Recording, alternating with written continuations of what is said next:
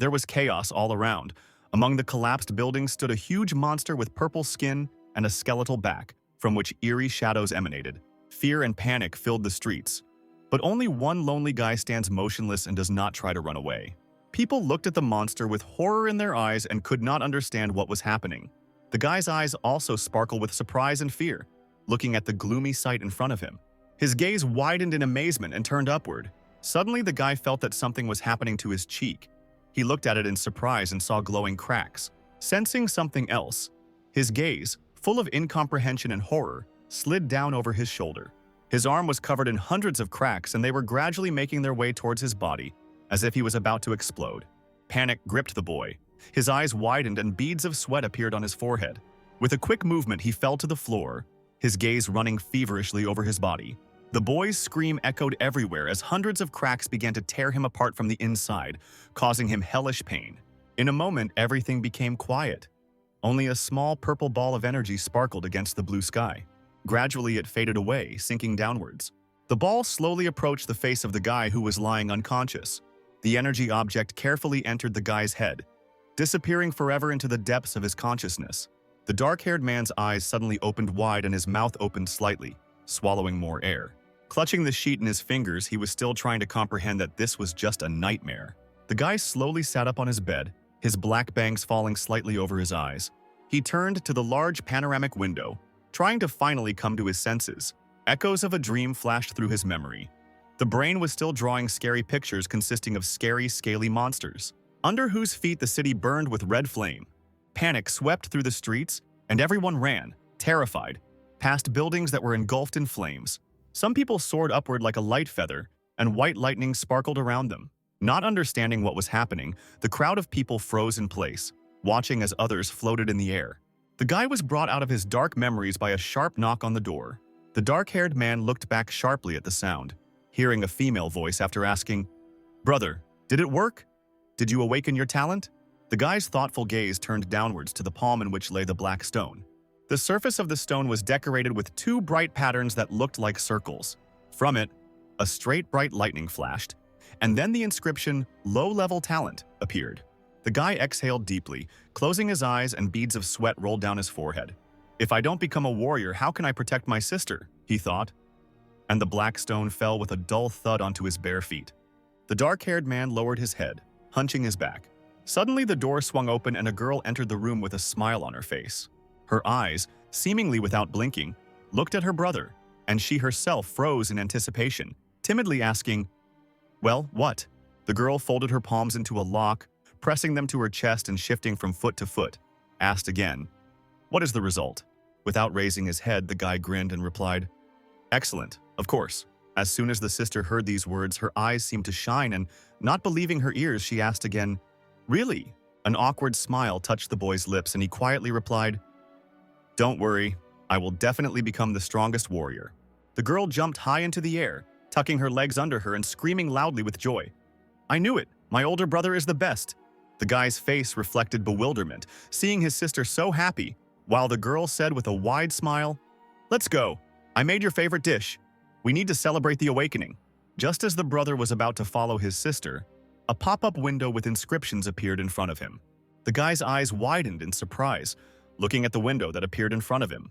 He froze in place, while his sister, unable to see anything in front of her, put her hands on her hips and said loudly, "What are you waiting for? Move!" It was a status window that had the words Human Nicole, Enhancement Talent, Low, Freezing Talent, Low, Not Awakened.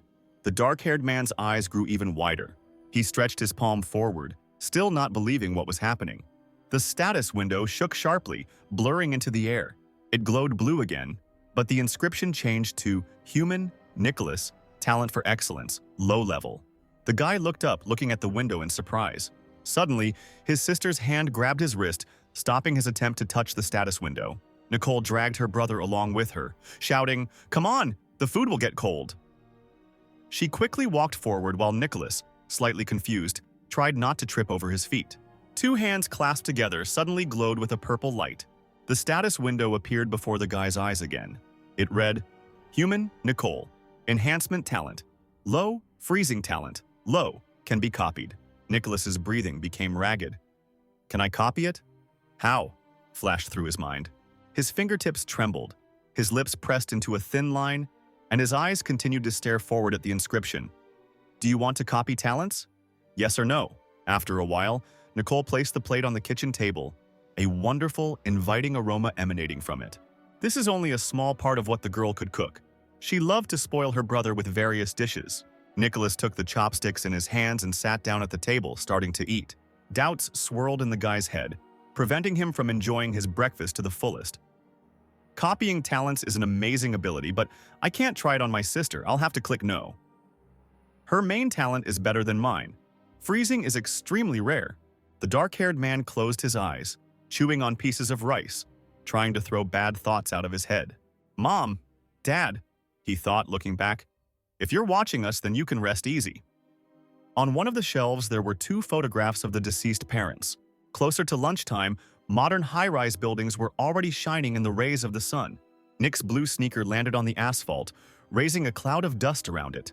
People walked past him quickly, hurrying about their business. The guy cast an indifferent glance at the passers-by around him, but then suddenly stopped, frowning.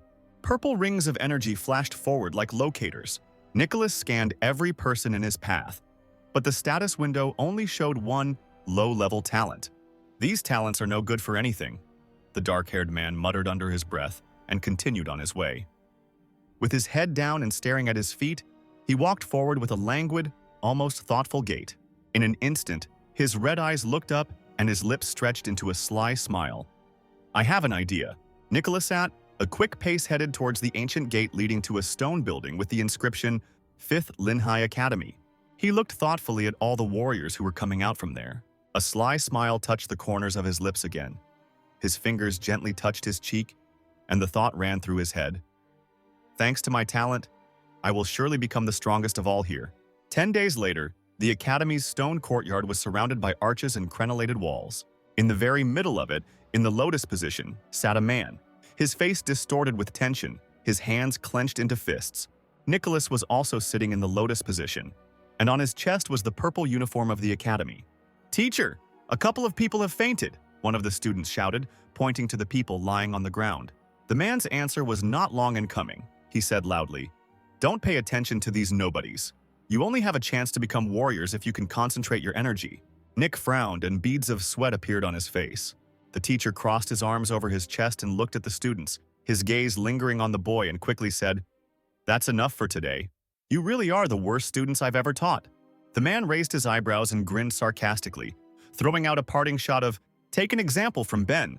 Hearing this name, Nicholas, as if struck, suddenly opened his eyes and stared after the departing coach. After training, Nicholas walked with his new friend along the fountain, looking around the academy's grounds. Ben is not simple. He became a student in half a month, and now he is being personally trained by the head of the academy. Greg rattled off, running his eyes over Nick's thoughtful face. The new friend, with a mischievous smile on his face, put his hand in his pocket, pulled out a small piece of paper and began waving it in front of the guy's nose. On this sheet of paper, a bright and captivating painting of that very Ben stretched out. Greg smiled smugly, as if he was holding a gold bar in his hand and not an ordinary autograph. Nicholas, embarrassed and slightly confused, tried to force an awkward smile, as if he thought that it would somehow smooth over the awkwardness of the moment, since he had no ideas in his head about what to say in response. Not far from the guys, a crowd formed, raising their hands in the air, shouting, It's Ben! Look faster! Ben has arrived. They, without waiting for the noise to die down, instantly turned their heads in the direction of the screams, full of curiosity and bewilderment. In the very center of this crowd of people stood a fair-haired guy who, with a joyful smile on his face, waved his hand in a friendly manner. Suddenly, Greg ran forward, shouting, Ben, sign for me one more time, leaving Nicholas standing alone. As soon as he noticed the blonde, the guy narrowed his eyes slyly and smiled, showing his snow-white teeth in a sinister grin. Ben, with a cheerful smile on his face, nods vigorously to everyone who approaches him. His status window clearly showed that he had a mid-level talent, which meant that he was already experienced and had gone through many trials. Nicholas, his hands clenched into fists so that his knuckles were white with tension, with determination in his eyes, walked towards Ben. Ben, slightly flushed with embarrassment and with an embarrassed smile on his face, muttered, Okay, guys, calm down. Greg, tripping over his own feet and looking completely awkward, quickly walked towards the blonde man, trying to hide his shy trepidation and nervous excitement. Nick, with a smile on his face and his hand extended forward, asked eloquently, "Can I shake your hand?" There was a long line of people in front of Ben, eager to shake his hand and express their admiration. A proud smile spread across his face as he heard the people around him gushing with admiration. "Buddy, it's your turn," Ben said relaxedly, holding out his hand to Nick. The dark-haired guy slowly lowered his gaze to his palm, as if trying to discern something important in it. A grin immediately appeared on his face, making it clear that he had already planned something. In an instant, their palms touched, and a purple glow erupted between them, so bright that it seemed as if they had touched electricity itself. Nicholas, at the moment he touched Ben's left hand, copied his talent for self-improvement, and then quickly pulled his hand back. The blonde man shook hands with a couple more people and hurried away, waving his hand one last time. "It worked!" flashed joyfully through Nick's mind, and he couldn't help but smile. By evening, the weather had become so bad that a real storm broke out outside the window. Thunder rumbled and rain poured down, flooding everything around. There was a status window in front of the guy's eyes, and it displayed the question, "Mid-level cultivation talent successfully copied. Start merging? Yes or no?" Nick, sitting on the hard ground in a cold and gloomy cave, stared thoughtfully at one point. He unconsciously ran his fingers over his chin, and vague echoes of the terrible nightmare that had been haunting him suddenly surfaced in his head. That same scream that echoed in hundreds of cracks tore him apart from the inside, causing hellish pain. "What did it mean?" Nick asked, staring into space. But no answer came. He looked back at the status window where the button was blinking and, gathering his thoughts, he pressed yes with determination. The dark-haired guy, having settled comfortably on the damp ground, crossed his arms in front of him and completely relaxed. A sharp pain shot through Nick's body. His palm quickly dropped to his chest and lightly squeezed the fabric of his uniform. Unable to bear the unbearable pain any longer, Nicholas screamed, throwing his head back. Suddenly, he fell sharply to his knees, pressing his palms to the ground. His fingertips scraped the wet surface, pushing dirt under his nails. "It hurt like hell," Nick said through clenched teeth. The weather outside simply got worse beyond belief. The sky became even darker, and lightning tore it apart. The pain receded and Nick could breathe deeply. Beads of sweat were visible on his face, and his mouth was slightly open in an attempt to catch at least some fresh air. His eyes quickly moved upward, noticing his status window. Human Nicholas, cultivation talent, average. As soon as the guy read these lines, his face suddenly lit up with a wide smile. His status window suddenly became foggy and blurry with one easy movement. A new one appeared in front of the guy, which read, "Copy talent cooldown, 30 days. His eyes widened in surprise as soon as he finished reading the inscription. Taking a deep breath, he sat more comfortably in the lotus position and closed his eyes, muttering under his breath, "I'll do the exercise that the teacher showed us." In front of him, in one instant, the glowing lines swirled together into one small ball, resembling a clot of energy. Nicholas's eyes were filled with admiration and he exclaimed, "With an average talent, doing the exercise is easy." Rising from the cold ground, he walked slowly towards the exit of the cave. A victorious smile played across his face as raindrops fell on his face. A month later, when night fell upon the city, a huge full moon shone in the sky, illuminating the streets. Like a shadow, a huge monster, reminiscent of a wolf with its massive paws and fierce eyes, swept over the rooftops. He bared his teeth, growled with impatience, and looked greedily for his prey. At that moment, a little girl was slowly walking down a quiet street, holding tightly to her father's big, warm hand. As he passed them, Nicholas was deep in thought, clutching the lantern tightly in his hand and looking at his feet. There was a loud splashing sound down the street, and then something fell heavily onto the asphalt. The man didn't even have time to squeak before the huge monster grabbed his face with its sharp fangs. Nicholas turned around at the sound and his eyes widened as he saw the man's corpse and the monster nearby. "Daddy!" the blonde girl screamed, looking at her father's lifeless body. The beast turned sharply towards her, scratching the asphalt with its sharp claws, preparing to attack. Nick began to get nervous and beads of sweat began to shine on his forehead. When passers-by saw this terrible monster, their hearts sank into their heels and panic swept the streets.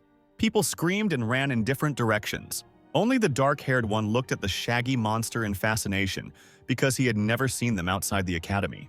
The beast growled quietly, and bright red blood dripped from its mouth. In an instant, he rushed forward, opening his huge mouth, revealing sharp teeth. Without thinking twice, Nicholas quickly pressed the girl to himself, protecting her from the monster's attack. "He's too fast, I can't escape," the boy thought, shuffling his legs, running away. From somewhere above, a man with a red cloak landed on the ground. His greatsword came down with a loud bang, and the stone slabs on the street were cut into two pieces. The shockwave tried to knock the beast off its feet, but it dug its claws into the asphalt, leaving small indentations. The man's gaze was riveted on the bright red eyes of the monster, which sparkled in the darkness like two hot coals. "Sorry for the delay," he said, a smirk playing across his face. "Who are you?" Nick shouted, still holding the girl in his arms. "Everyone calls me Captain Windwolf," the man replied. He turned around and looked at the dark-haired man, throwing him an order. "Leave the Silver Moon Wolf to me and you protect the girl." "Got it," Nicholas replied, hugging the blonde tighter. The captain quickly ran towards the wolf, leaving behind a ball of dust. He swung his sword, raising it over the beast's head. Nick placed his palm over the girl's eyes, blocking her view of the fight, and quickly muttered, "Don't look." "He's strong, the bastard," the captain croaked, clenching his jaws, and his eyebrows drew together so tightly that it seemed his forehead was about to fold into 3 folds. The sword struck the wolf with a dull sound, sending it flying back several meters. The beast did not retreat. He began to walk quickly around the warrior, raising a cloud of dust around him. The captain, squeezing the hilt of his sword so hard that his fingers turned white with tension, swung it again, aiming straight at the wolf's heart. "I'm not alone," the man said through clenched teeth, and several martial artists dropped to the ground. The monster, breathing heavily, looked at the warriors, assessing his chances of victory. All the masters took their swords and clubs and, with fire in their eyes, rushed towards the beast. The ferocious monster, with fury, threw off the warriors with one powerful movement, and bending in the air swiftly jumped straight to the captain, preparing to deliver the decisive blow. "Captain!" shouted one of the masters, pointing at the huge wolf. The beast approached the warrior with quick and confident steps, its muscles tensing with every step. The man suddenly pulled out his sword, gripping the hilt tightly, and assumed a defensive stance. The monster pushed off the ground and with a wild roar rushed at the dark-haired man, his huge paws threateningly swinging in the air. The martial artists rushed to their captain's aid, clutching their weapons tighter. In an instant, several swords plunged into the beast, leaving behind a splash of blood and a bright gleam of metal. "Is he dead?" asked one of the masters, removing his weapon from the body. Suddenly, the claws of this monster began to rapidly lengthen, sparkling in the rays of the full moon. The fur suddenly flared up bright red, and from the depths of the mouth such a powerful roar burst forth that passers-by got goosebumps. "Watch out! The monster has entered a bloody flash state," Captain Windwolf shouted, warning the others. With one blow, the ferocious beast knocked back one martial artist, leaving a bloody stain on his chest. "Captain, how are you?" asked Nick, who was still standing nearby. "Fine," the man shouted back. When the wolf saw that he was in trouble, he rushed out of the encirclement, wanting to run away into the distance. "He's running away!" Nicholas pointed his finger at the beast. The wolf crossed the streets with quick steps, leaving a trail of blood behind him. "Don't worry, it won't run away," said the captain, watching the beast. A mysterious female silhouette suddenly appeared on the roof of one of the houses. The girl, confidently holding a bow in her hands, was also one of the masters. Her light fingers released the bowstring and the arrow flew with a whistle towards the monster. The arrow, fired with incredible accuracy, flew straight into the beast's eye. By the time he noticed the shiny metal tip, it was too late. The arrow struck the wolf, and as he let out a final hoarse howl, bright sprays of his blood flew around. Then there was a bang, and the monster fell to the ground, completely exposing its figure. The captain laughed quietly, showing his snow-white teeth. "You're still too weak to compete with us." The martial artists crowded around the Silver Moon Wolf, which was a meter long, had sharp claws and red eyes. Nicholas's eyebrows rose when he noticed the status window popping up. "Are these the monster's talents?" Nick thought as he read the text. "Monster, Silver Moon, Wolf Blood Talent, Low, Speed Talent, Basic." His face was blank as he scanned the lines on the status window over and over again. The girl next to Nick folded her palms into a lock and pressed them to her breasts, looking at the masters with fascination. Suddenly, a clawed paw fell onto the asphalt, leaving deep scratches. Despite the fact that the animal was badly wounded and death was already close, it still rose to its feet, breathing heavily. The first to notice the monster was Captain Windwolf, and he shouted loudly to his companions, "Hey you! Watch out!" The martial artists quickly turned around at the shout, confusion evident on their faces. The Silver Moon Wolf, wagging its tail, slowly approached the warriors. His loud roar echoed throughout the city, shaking the earth. "Captain, what should we do?" one of the masters shouted, pointing his weapon forward. "Don't worry, the creature is pretty weak. Leave it to me," Captain Windwolf shouted and looked behind him, adding, "Hey boy, it's not safe here. Get out of here immediately with the girl." Nick stood rooted to the spot, his mouth open and his eyes wide open, unable to tear his gaze away from the silver-mooned wolf. Then a sly smile appeared on his face, and the thought flashed through his head. This is a great opportunity. Nicholas, in the blink of an eye, rushed past the captain, leaving behind only a light breeze. He swung his fist, cutting through the air around him. The blow hit the beast's face and it whined quietly. The touch was only for a second, but it was enough for the monster's talent to be successfully copied. Nick's fist flared with a bright white light, like 100 lightning bolts. The guy deftly turned over in the air, doing a backflip. Nicholas landed on the beast's back, riding it as if it were a horse. He clenched his fists and raised them high above his head, demonstrating his strength. A second later, they landed on the wolf's back with a powerful blow. There was a loud crunch of bones and splashes of blood flew in all directions. 2 drops of blood fell on Nick's cheek, leaving scarlet marks on his pale skin. The boy's bloody fist shot up again. "Enough, he's dead!" Captain Windwolf shouted and grabbed the dark-haired man by the wrist. Nicholas exhaled heavily and quickly ran his gaze over the bloodstain on the wolf's fur. The dark-haired man removed his second palm from the beast's body and drops of blood slowly flowed down it. "Okay, we need to clean up here," the captain shouted to his partners. The man nodded to the woman on his team at the blonde girl and added, "And you take care of the girl." Captain Windwolf put his sword on his shoulder and turned to Nicholas. Smiling, he said, "Thank you for your help, boy. I will be very glad to see you in my company when you become a warrior." The guy nodded a couple of times and replied with a happy smile, "Got it." Nick got home only in the evening, when the sun was setting over the horizon. Turning the tap, the dark-haired man stuck his bloody hands under the hot water. While washing his face, the guy washed away traces of blood from his hands and face. The mirror in the bathroom was fogged up from the heat and humidity. Nicholas lifted his face above the sink, and a couple of drops slowly rolled down his skin. Washing away the traces of the furious fight, he placed his palm on the door handle. The door creaked open and Nicholas walked slowly into the living room. Hearing a quiet snore, the dark-haired man turned towards the sound. Nicole slept on a small mattress, placing her palms under her head. "Brother," the girl whispered sleepily, and the corners of her lips twitched. Hearing this, Nick also smiled a soft, kind smile. On the kitchen table, there were already a couple of fragrant dishes that my sister had managed to prepare. The dark-haired man didn't even touch them. Instead, he took a blanket out of the closet. Carefully, he covered his sister with it, wrapping her like a cocoon. Nicole, without waking up, settled more comfortably on the mattress, hugging the warm blanket to herself. To avoid waking his sister, Nicholas quietly entered his room. In the palm of his right hand, he held a towel folded in half. Slowly and tiredly, the dark-haired guy sank down onto the bed. Suddenly, a status window popped up in front of him.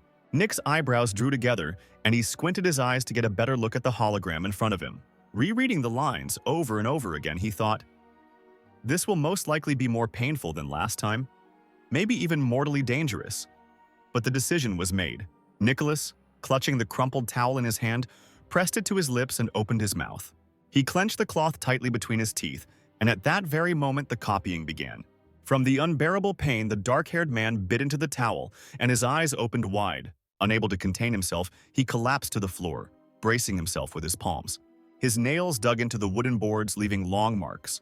There was a buzzing in his head, and the veins in his arms bulged as if they were about to burst. Suddenly, his legs seemed to come to life, starting to convulse, as if someone invisible was sharply pulling at strings.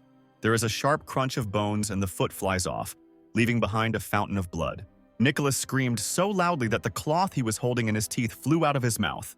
With fear in his eyes, the dark-haired man slowly looked around and saw only a bloody stain in front of him. "Did the copying fail?" the guy thought, gulping air. His heart was pounding and beads of sweat were appearing on his forehead, as if he had just run a marathon. The image of his sleeping sister suddenly appeared in his head like a bright flash, so vivid and real that he could almost hear her quiet breathing. "Nicole!" Nicholas shouted, and in an instant everything changed. The room became as bright as day again. The guy sat up in bed, looking around, trying to figure out where he was now. "What happened?" the dark-haired man whispered, and looked first at his palms and then at his legs. Everything was in place. With a quick movement, his leg rose up. "Wow!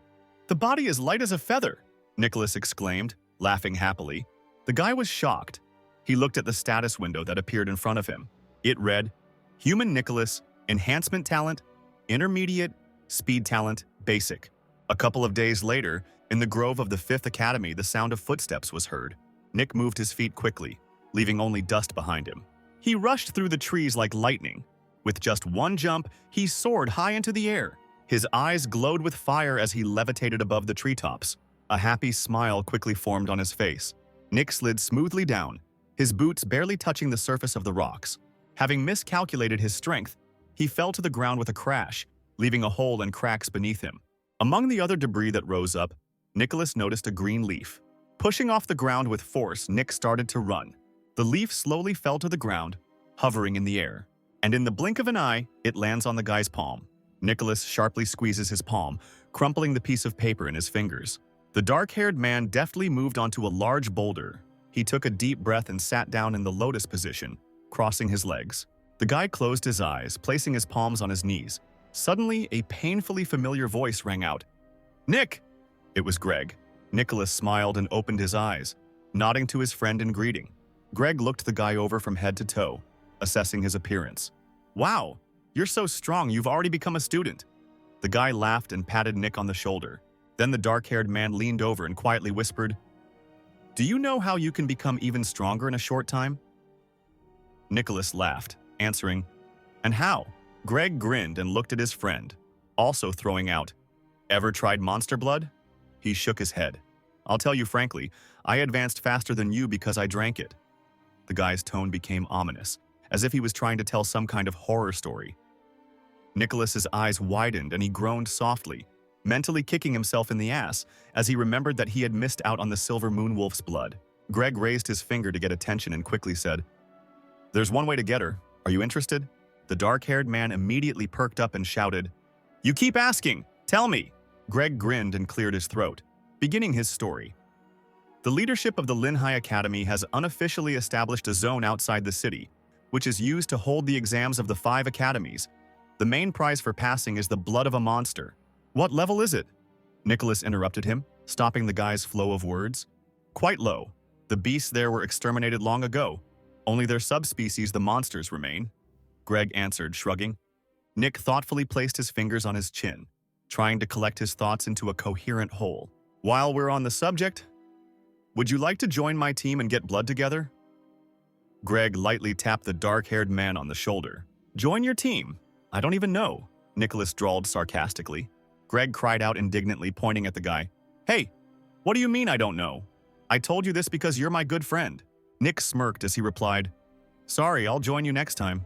Amidst his friend's muttering, the dark-haired man moved forward. "Nick, wait! Even if you don't join, we'll still be friends. Wait for me!" Greg shouted to the whole area and quickly shook hands with his friend. Nicholas seemed not to hear him, walking forward thoughtfully.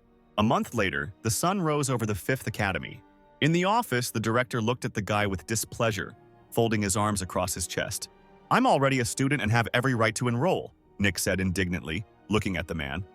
The director grinned, but it was a rather sinister grin. "I just wanted you to live sensitively a little longer," he replied calmly, and stood up from his desk, pushing back his chair. "But you, no matter how I look at it, can't wait to die." A piece of paper flies into Nicholas's face. The dark-haired man winces and, puffing, bends down to pick up the piece of paper. It said Death Waiver Agreement. The detector brought a cup of tea to his lips and added, "That's right. If you want to take part in the exam, you need to sign this paper." "That's it," Nick muttered over and over, his eyes running down the line, "Death Waiver Agreement. If you're afraid of dying, get lost. Don't waste my time," the director suddenly shouted. Nicholas looked up, glaring at the man, his gaze burning right through him.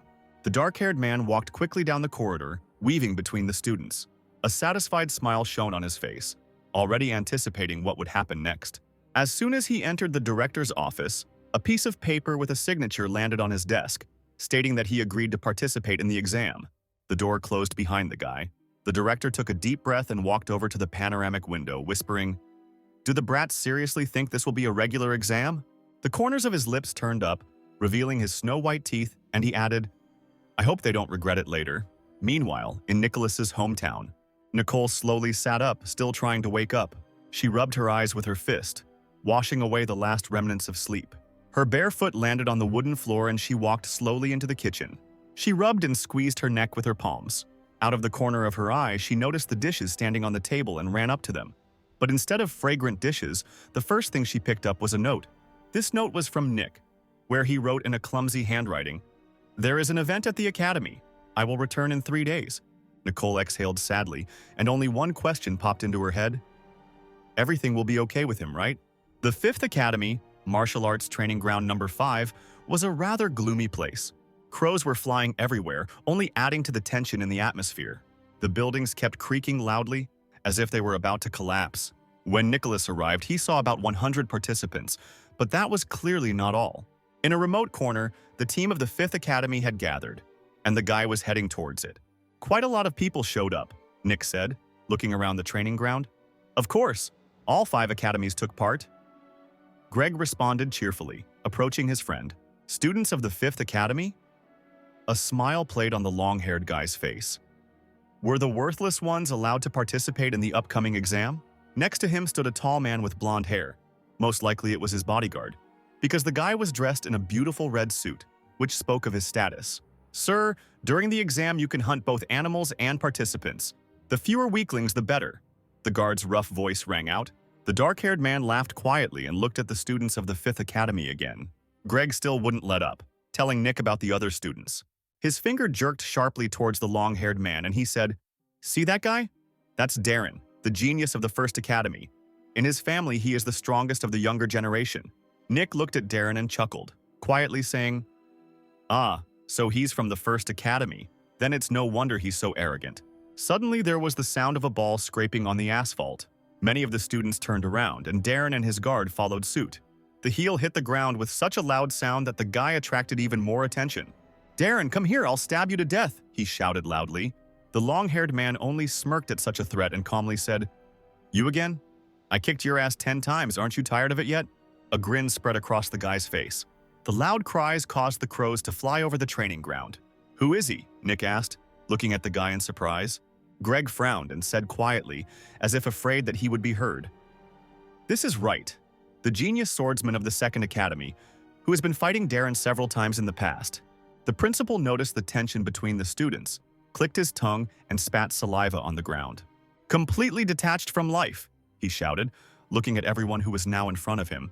Nicholas shrugged nervously, meeting the director's gaze. Come on, Wright, I believe in you!" Nick suddenly shouted, raising his hands up. Wright, in turn, looked at the dark-haired man with an uncomprehending look. A mechanical voice came from the loudspeaker. "Fights outside the wilderness zone are prohibited. Violators will be disqualified." "You're lucky," Wright growled through his teeth. He quickly twisted the sword in his fingers. "As soon as we get into the zone, I won't leave a single living place on you." He turned around and walked away from Darren. The student of the 1st Academy only laughed loudly.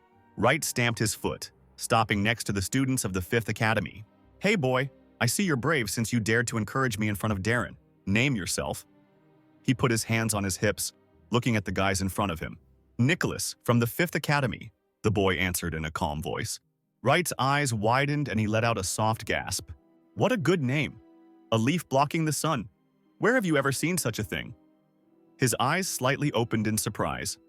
A window of Wright's status popped up in front of Nick, where his qualities were written: human, Wright, talent for accomplishment, low level, talent for fencing, average level. The dark-haired man looked at the status window and a wonderful thought was born in his head. He extended his hand forward. "I hope you bring Darren to the exam," Nicholas said with a grin on his face. Wright first looked at the guy's outstretched palm in surprise, and then nodded with satisfaction. "Good luck to you too. Survive there." The guy also extended his palm. Their hands touched and a pleasant vibration passed through Nick's palm. The status window changed to "Fencing talent successfully copied." The loudspeaker again blared a mechanical voice. "The exam has begun." 2 large men began to push the large wooden gate, and the voice from the loudspeaker said again, "Students from the 1st Academy, come in." The students, wearing red uniforms, quickly rushed towards the opening gates. And the first one to come out of the gate was none other than Darren, with his guard. His gaze was determined. He had no intention of retreating. "Finally, the exam has begun," Greg exclaimed joyfully and placed his weapon on his shoulder. "I'm going to my team. See you later, Nicholas," Wright said, watching Greg run as fast as he could towards the gate. Nick nodded. The guy stretched and groaned, adding, "First the 1st Academy, then ours, the 2nd. And you, the 5th Academy, are starting last. Yeah, I don't envy you." Wright waved his hand one last time and walked off to join his team. Nicholas just rolled his eyes at his statement. A couple of hours later, the dark-haired man was already running quickly through the dark forest. His gaze was focused. He made quick movements, pushing off from large tree trunks and jumping long distances. In a remote part of the forest, he landed on the ground, throwing the backpack off his shoulders. The status window lit up in front of him again, and on it were the words, "Intermediate-level swordsmanship talent successfully copied. Start fusion?" As soon as Nick pressed the word yes, his hand tensed and the veins stood out. Nicholas could even hear the bones crunching, but it wasn't as painful anymore. He clenched his teeth harder and just waited. Soon, the pain took its toll. The guy collapsed to the ground, pressing his palms into the damp earth. The veins on his face also bulged from the tension. Suddenly, a loud sound was heard throughout the forest, and a second later, everything became quiet. Nicholas exhaled and opened his eyes, feeling relieved. His hand immediately grabbed the handle of the ball. With a whistle, the sword left the case that was hanging in the boy's bosom. With just one movement, Nick cut through several large trees in his path. With a loud thud, they fell to the ground, leaving behind only gnarled stumps and dust. Nick checked his talent status, which now read, Human Nicholas. Enhancement talent, Intermediate. Speed talent, Basic. Swordsmanship talent, Intermediate. Smiling at his small victory, he slung his backpack over his shoulder again and moved on. The loudspeaker again announced, "The first 4 academies have entered the zone. Next, the 5th Academy." The students of the 5th Academy resolutely headed towards the large wooden gates. Nicholas walked along an empty road, with only black crows flying around him. His boot hit the ground and a stick crunched under his feet. The guy didn't pay any attention to this and continued on his way. Suddenly, behind the dark-haired man, there was a quiet rustling sound, similar to someone dragging a bag along the asphalt. Without thinking twice, Nick pulled out his sword. Turning around in front of him, he saw a huge snake. It was at least 3 meters long. The tip of the ball touched the ground, raising dirt and dust. Nicholas took a determined step towards the snake, which in turn hissed fiercely. The guy, preparing to attack, swung. In an instant, Nick cuts the snake in half, sending blue blood flying everywhere. A couple of cables hit the student's cheek as he landed on the ground. The spotted snake froze and collapsed to the ground, holding on for a moment before dying. Approaching the corpse of the monster, Nick immediately took its eye. It was one of the items needed for the test proving that he killed the spotted snake. The guy quickly stuffed the trophy into his bag. Nick sighed heavily and muttered, "There's a long way to go." Pushing off from the ground, he soared upward, continuing on his way. The sky lit up with pink colors, indicating that it would soon become completely dark. As he headed deeper into the wilderness, Nicholas began to hear faint cries for help. The guy landed on one of the destroyed buildings. Not far from him were about a dozen toothy wolves besieging Greg, several corpses still lying on the ground. "It's him!" Seeing his friend, the dark-haired man's eyes widened. Greg was in a very bad condition. His body was filled with blood. His face was very pale. He was holding an axe in his hands and constantly swinging it. The wolf only growled and rushed at the student. "This is bad," Nick whispered as he saw a pair of wolves rushing after Greg. Taking an arrow out of the quiver, the boy took his bow and aimed at the toothy wolf. The arrow whistled straight towards the target. It hit the toothy wolf's body and he fell to the ground. Greg, not understanding what was happening, just stood there and trembled with fear. With a loud sound, Nicholas fell to the ground, covering his frightened friend with his body. "Help in exchange for points, okay?" The guy glanced over his shoulder at Greg. Nick?"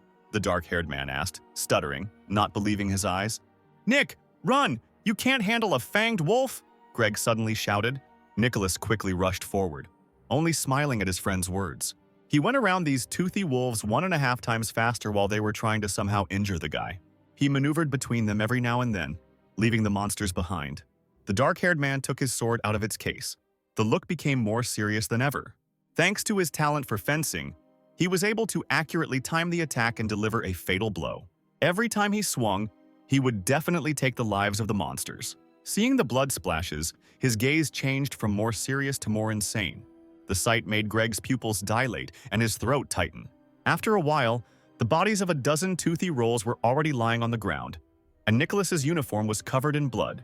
Touching the tip of the sword to the wolf's mouth, the guy cut off one of the fangs with a light movement.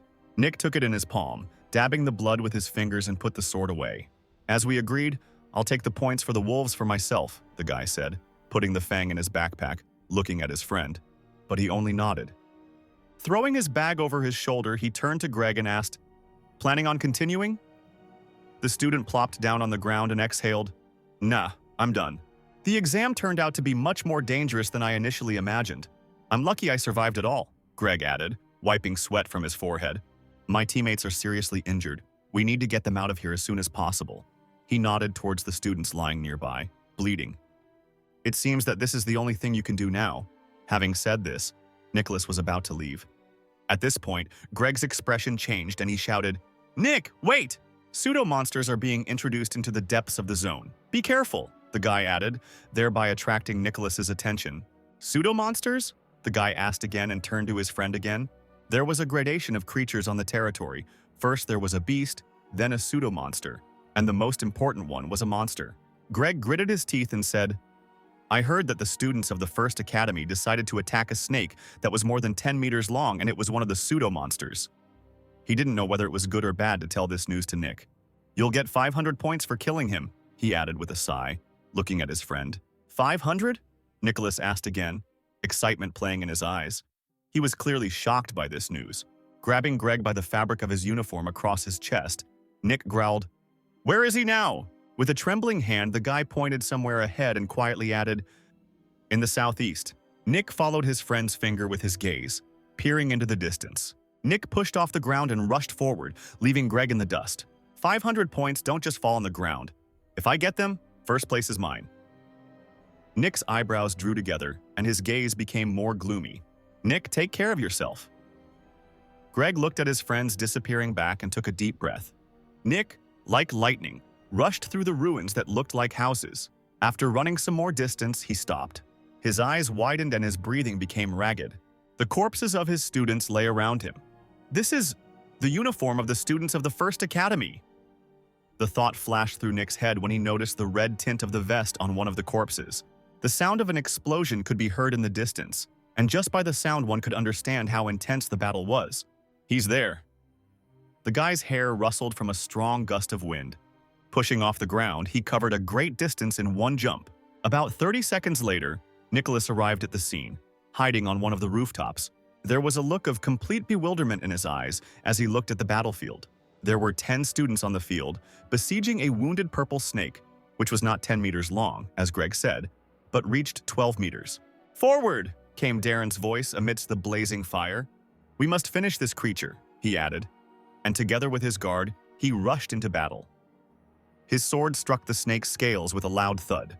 "Mister, the snake's stamina is running out. Now is the time to kill him." The blonde man peered and also dealt several blows to the monster's body. The spotted snake roared loudly. He was hit by a lot of arrows. He had a lot of living and sword wounds. The soles of Darren's boots entered the monster's liquid, slimy blood. "Great! I'll take care of the rest." The long-haired man quickly pushed off from the ground. His figure towered directly over the monster. He swung his sword in mid-flight. The instant blow went straight to the frontal part, leaving behind a splatter of blood. The spotted snake growled loudly in pain. A smile lit up Darren's face as he began to rejoice, when the monster's huge tail threw him far away. He landed with a loud thud on one of the destroyed buildings. "The 500 points will still be mine," Darren said, groaning in pain. The monster fell to the ground with a loud thud. "Is he dead?" Nick asked himself, watching all this from afar. The guy punched the concrete next to him. "Damn! If only I had come a little earlier," Nicholas muttered to himself through clenched teeth, looking at the snake's body. Darren pushed the rock away from himself with all his might, climbing out from under the rubble. "Congratulations, sir," said the guard. The long-haired man walked past the students, and they bowed before him. A smile appeared on his face and he laughed quietly. "First place is now rightfully mine," he shouted, clenching his fist. Suddenly there was a loud roar. The fierce spotted snake activated its blood power, just like the silver wolf, and rose from the ground. With a flick of his tail, he sent several students flying in one fell swoop. Darren and his blonde guard immediately tensed up as they saw several students flying away from the monster. "Got into a bloody outburst state?" Darren's face twisted, and his gaze became even more ominous than before. The next moment, the spotted beast disappeared into the distance, and the dark-haired one shouted, "This is not a pseudo-monster, but a full-fledged monster." "Then should we pursue him?" one of the students shouted, and Darren turned around sharply, barking, "Of course! He's worth 1,000 points!" 1,000? The students asked again, shock evident on their faces. "Forward! We can't let anyone else get ahead of us!" Darren shouted again, and the students from his academy rushed forward. He himself also followed them, wanting to catch the monster as soon as possible. Wow! I never thought a monster worth 1,000 points would appear here, Nick said excitedly, and several small flashes formed around him. Sorry guys, but I'm faster, he smiled, looking back at the students of the First Academy. The guy's palm landed on the cold concrete, purple sparks still emanating from it. Talent for speed? To the max! Sparkled around, and Nick dropped to the ground, standing in a pose, preparing to rush forward. His gaze became as crazy as it had been then, and his eyebrows furrowed, forming wrinkles on the bridge of his nose. He rushed forward so quickly that after him, stones flew in all directions. Like a rocket, Nicholas used his speed to fly past the destroyed buildings. The spotted snake left a trail of blood behind it as it moved resolutely in a direction familiar to it. Nick sank down onto the asphalt, pushing his hands and the soles of his boots into the concrete, or rather what was left of it. The students of the First Academy have not arrived yet. Excellent, he said quietly, and noticed with his gaze a huge trail of blood. Squatting on one knee, he touched the purple liquid with his fingertip. An unpleasant and cold substance touched the guy's skin, causing goosebumps. Without paying any attention to it, he put his finger to his nose and sniffed the air as if he were a sniffer dog. Rising from his knees, he looked around the huge building, on which hung a worn poster discounts up to 30%. Most likely it was once a shopping center. It looks like I'll get 1,000 points, thought Nicholas, and smiled at the corner of his lips at his own thoughts, while his gaze carefully examined the building. There was purple mucus everywhere, and it gave off an unpleasant, even stinking smell. Nick took a step forward, and his boot stepped into the liquid that the ferocious snake had left behind. That creature is somewhere nearby.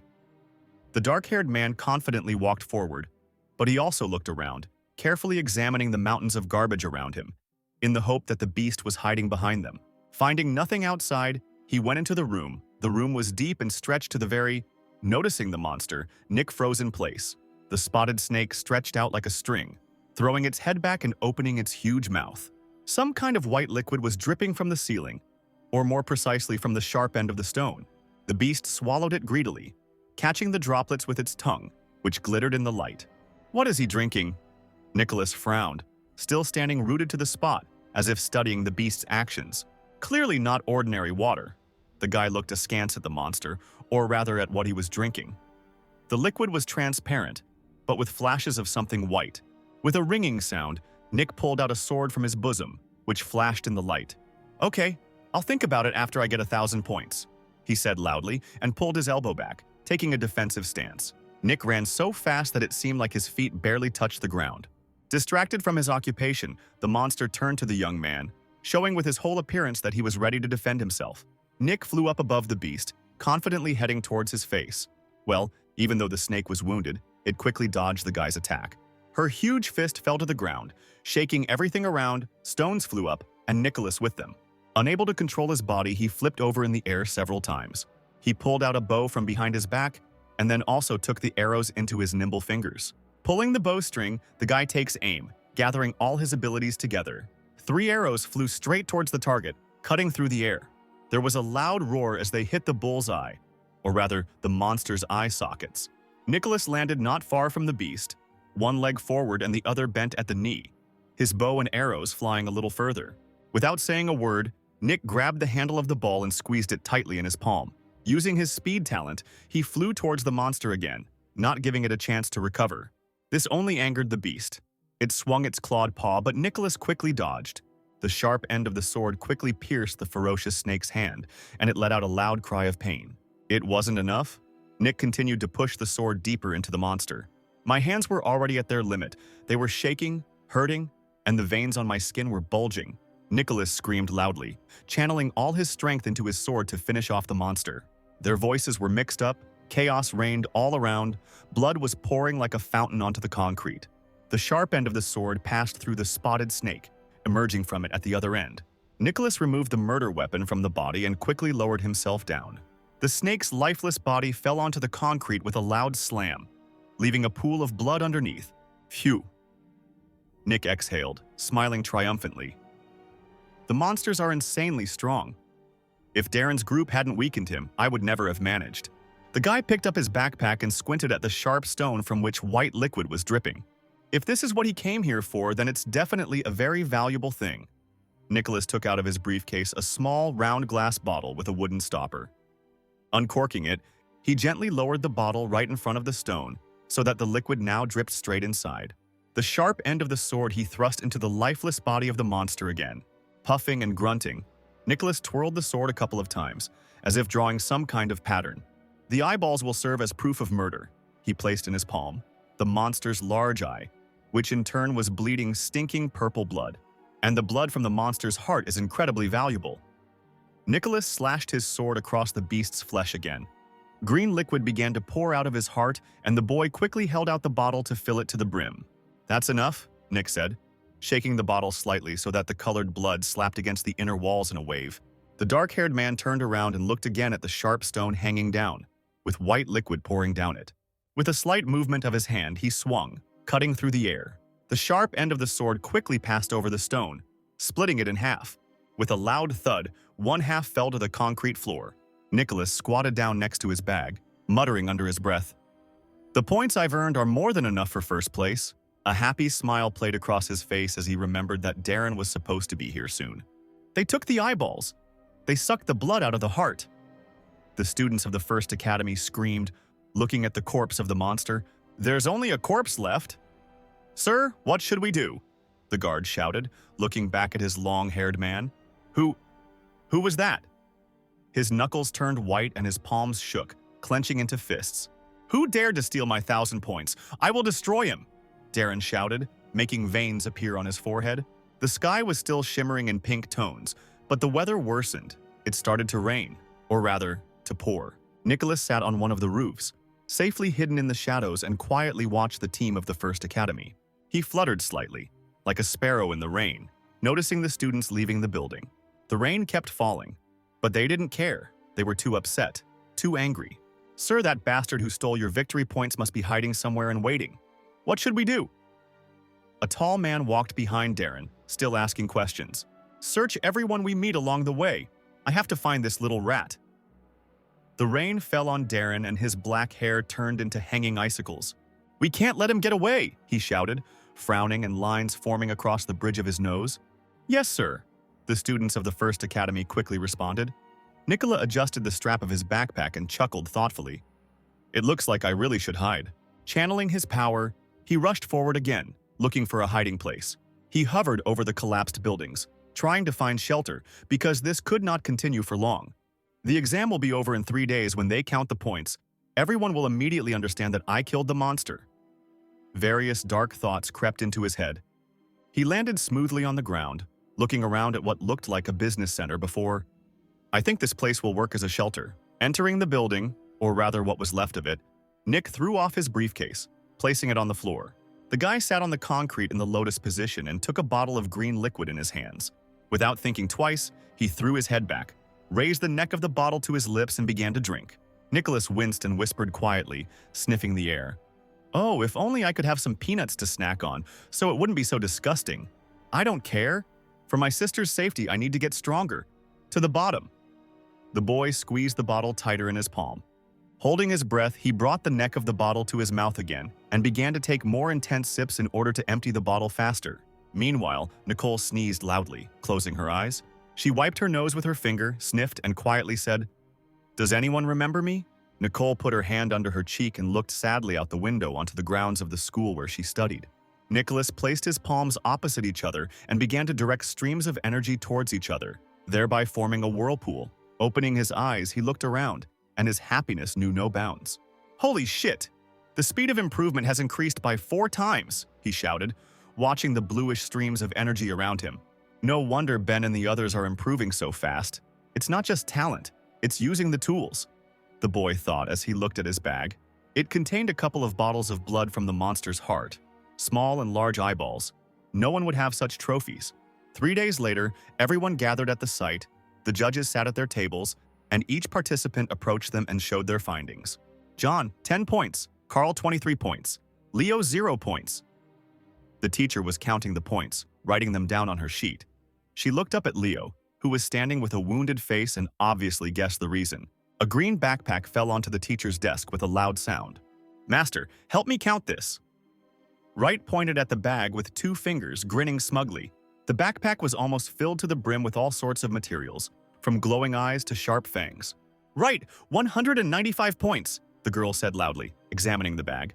When Wright's glasses were announced, the students of the second academy were proud of themselves, because Wright came from their academy. A measly 195 points. What's so cool about that? Darren's voice was heard, smiling mockingly as he walked towards the table with a large bag on his back.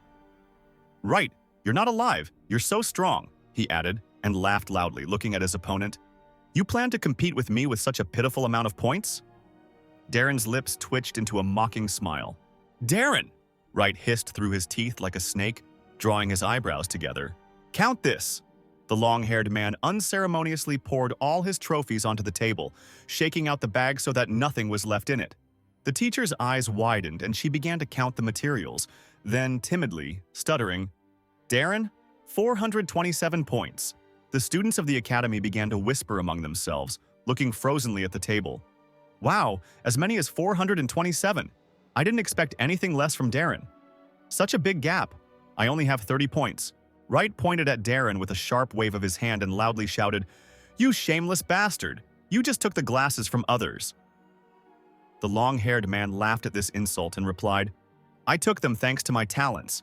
"Bastard!" the guy growled, Wright's anger pouring out as soon as Darren loomed on the horizon. "Congratulations, sir. For so many points, you'll definitely get first place," one of the girls from the first academy chimed in, coming closer to Darren. The guy rolled his eyes and sarcastically said, "No, first place will have over 1,000. The girl put her finger to her lips, looking away thoughtfully. "The students who are still alive should have all come out by now?" asked the teacher from the 5th academy, and looked at the girl who was counting the points with her hands in her pockets. "Yeah, if someone didn't come out, they're probably already dead," she replied, tucking a lock of purple hair behind her ear. "So Darren took first place," the man grinned, since he was the one who ran every year. Just as the allotted time was drawing to an end, Nicholas emerged from the wilderness, carrying a large backpack on his back. "What?" The teacher from the 5th academy turned around after hearing the sound of feet heading towards the table where he was standing. 36 Nick's step was graceful but firm. The intense gaze was directed only at the teacher who was counting the points. The boy's main trophies, several fangs, 2 small eyes of the beast and 2 large eyes of the monster, landed on the table. "This is a monster's eyeball," the teacher said loudly, examining the boy's findings. "Right, so how many points do I have?" Nick asked, looking up at her with an indifferent voice. "Nicholas, 1,036 points. Congratulations! You won first place in this year's exam." The blonde girl handed the reward to the guy and added, "Your reward is 3 bottles of mid-level monster blood and 100,000 yuan." "Nick, you're a great guy!" Greg yelled at the top of his lungs, genuinely happy for his friend. The leader of the second academy, Wright, only thoughtfully scratched his chin, asking the question, "How did he manage to do this?" "Here he is. Just think, it was a puppy from the 5th academy," Darren said through his teeth, glaring at Nicholas. "Dig up everything you can from that bastard," the long-haired man ordered, not taking his eyes off the boy, and his guard quickly replied, "Yes, sir." At that time, gossip and whispering among the team of the 5th academy did not subside. Especially Greg heated them up, bragging that Nick was his close friend. "What an idiot," muttered the teacher of the 5th academy, putting his hands in his pockets, and Greg only snorted at these words, "Teacher, you are not very happy. Nick brought glory to the 5th academy after all." The man chuckled under his breath and the corners of his lips twitched in a weak smirk. "He insulted and angered Darren's family, and they are very powerful and influential.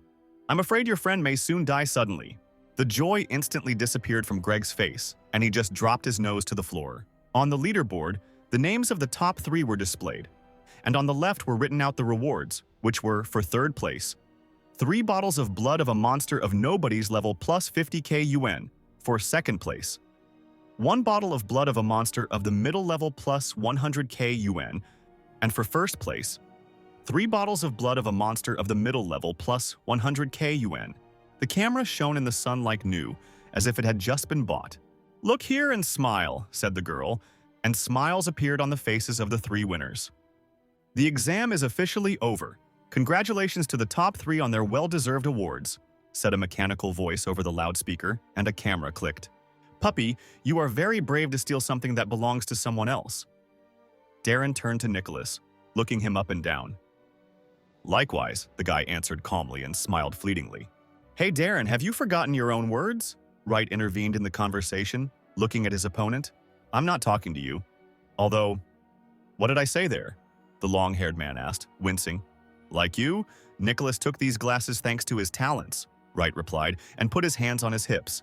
And in response, he heard only Darren's nasty laugh. Who do you think is stronger between us, huh? He added, smiling slyly. Maybe we can find out in battle? Darren took a step forward, getting closer to Nick. If you have time for it, I'd be happy to, Nicholas said rudely, turning up his nose. The grin played across Darren's face again. It was there so often it was almost like it was ingrained in him. The dark-haired man looked at him from under his brows, frowning even more deeply in his already frowning gaze. 3 days later, Nicholas returned to his hometown to see his sister. His hand dropped smoothly onto the door handle and there was a click. Nicole, I'm home! Nick walked into the living room, closing the door behind him and taking off his sneakers. A soft patter of feet could be heard throughout the house, but the sound increased as the girl approached. Brother, Nicole exclaimed, hugging the boy tightly, pressing her cheek to his chest. Where have you been for so long? She raised her large, surprised eyes to her brother. Are you hurt? Let me see. Nicole started running around her brother, examining every detail on him. Nick quickly shook his head. No, of course, I'm perfectly fine. By the way, I brought you some presents, he added, and grabbed the strap of his backpack. And his sister, in turn, smiled brightly, looking at her brother.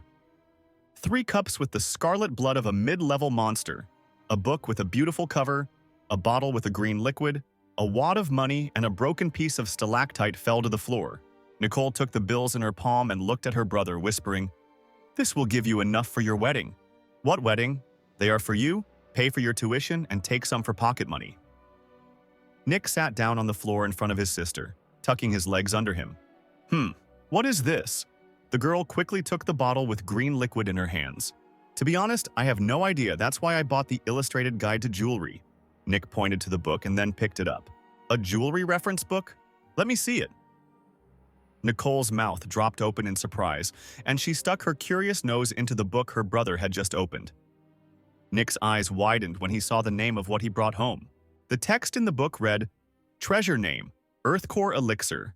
Effect, liquid essence formed by terranite stones that have absorbed the chi energy of the heavens and earth for hundreds of years.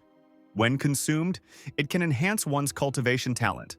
However, the elixir is only effective for below intermediate talents. Nick frowned, remembering the ferocious spotted snake greedily gulping down the liquid in the abandoned building, and a thought flashed through his mind.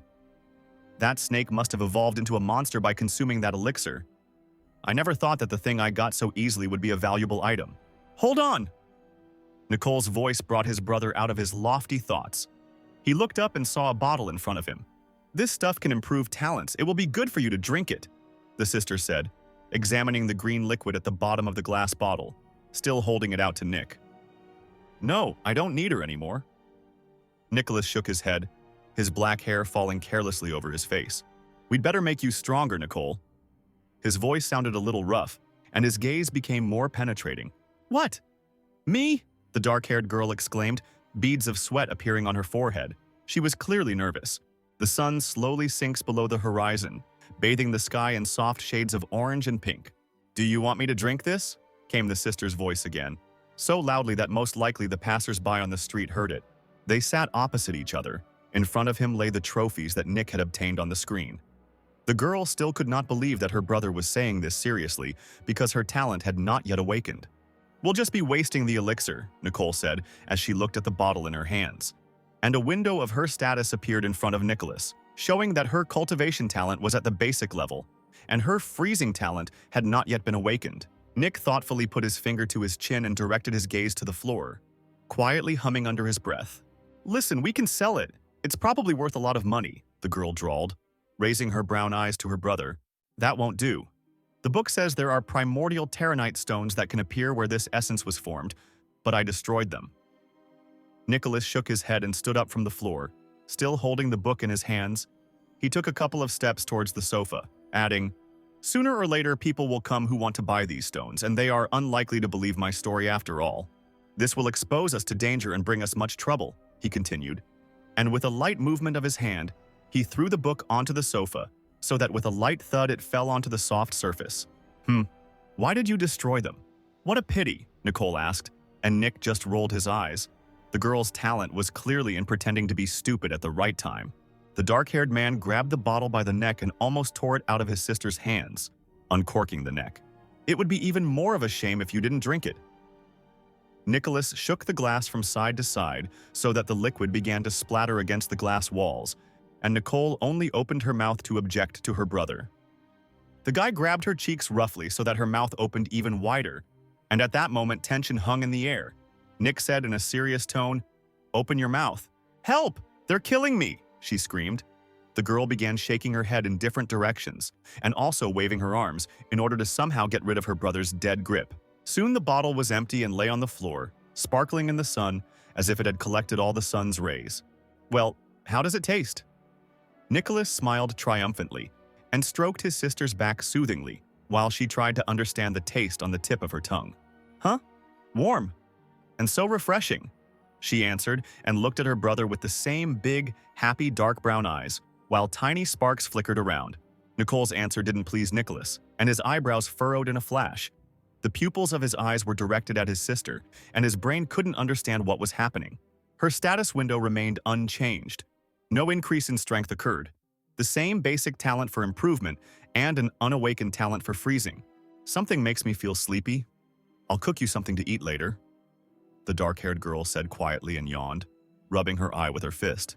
"Rest," the guy replied, and in his head the thought was spinning. "It's strange. Why did this happen? Maybe I just need to wait?" A whole hour passed. The wall clock hanging in the living room showed 6. While Nicole slept on the couch, Nicholas sat quietly and calmly on the floor, his legs crossed in the lotus position and his hands resting on his knees. Everything around him flared with a turquoise glow, and a gust of wind stirred his hair. Nick turned around sharply. A status window formed above his sister, and a frantic energy reigned around him. Such a strong flow the dark-haired man had never felt. This window stated that Nicole's human, her talent for cultivation had changed to average, and her talent for freezing was at a low level. Nicholas's pupils dilated, and beads of sweat appeared on his temples. A talent for mid-level cultivation coupled with a rare talent for freezing. A thought came to the guy's head, and he stood up from the floor, reaching his hand towards the cup of blood that he had received in the competition. Taking the trophy in his palm, he turned to look at his sister, who was still sleeping peacefully on the sofa, a smile playing on his face from his own thought. Nicole will undoubtedly become a first-class warrior. The cup glittered in the moonlight, and the red liquid inside shimmered. Nick's eyes were now directed only at him. In the shadows they were especially expressive, but he was thinking about Darren, whom he so wanted to defeat. A couple of minutes later, the moon was already covered with gray clouds. Nicholas opened his mouth and the scarlet liquid poured inside him, carelessly breaking up the drops. "Damn, this tastes even worse," the dark-haired man muttered under his breath and pulled his hand up to the bedside table. His palm quickly grabbed a couple of nuts from the plate, squeezing them in his fist for a moment. Nick threw a handful of food into his mouth and began to chew greedily, getting pleasure just from the fact that he was eating normal food. After chewing everything, his back became straight as a string again, and his arms spread out in different directions, causing a whirlwind of purple energy. The boy clenched his teeth. The veins in his neck stood out, and his eyebrows were drawn down to the bridge of his nose, so that folds formed on his forehead. What an effect! It's scary.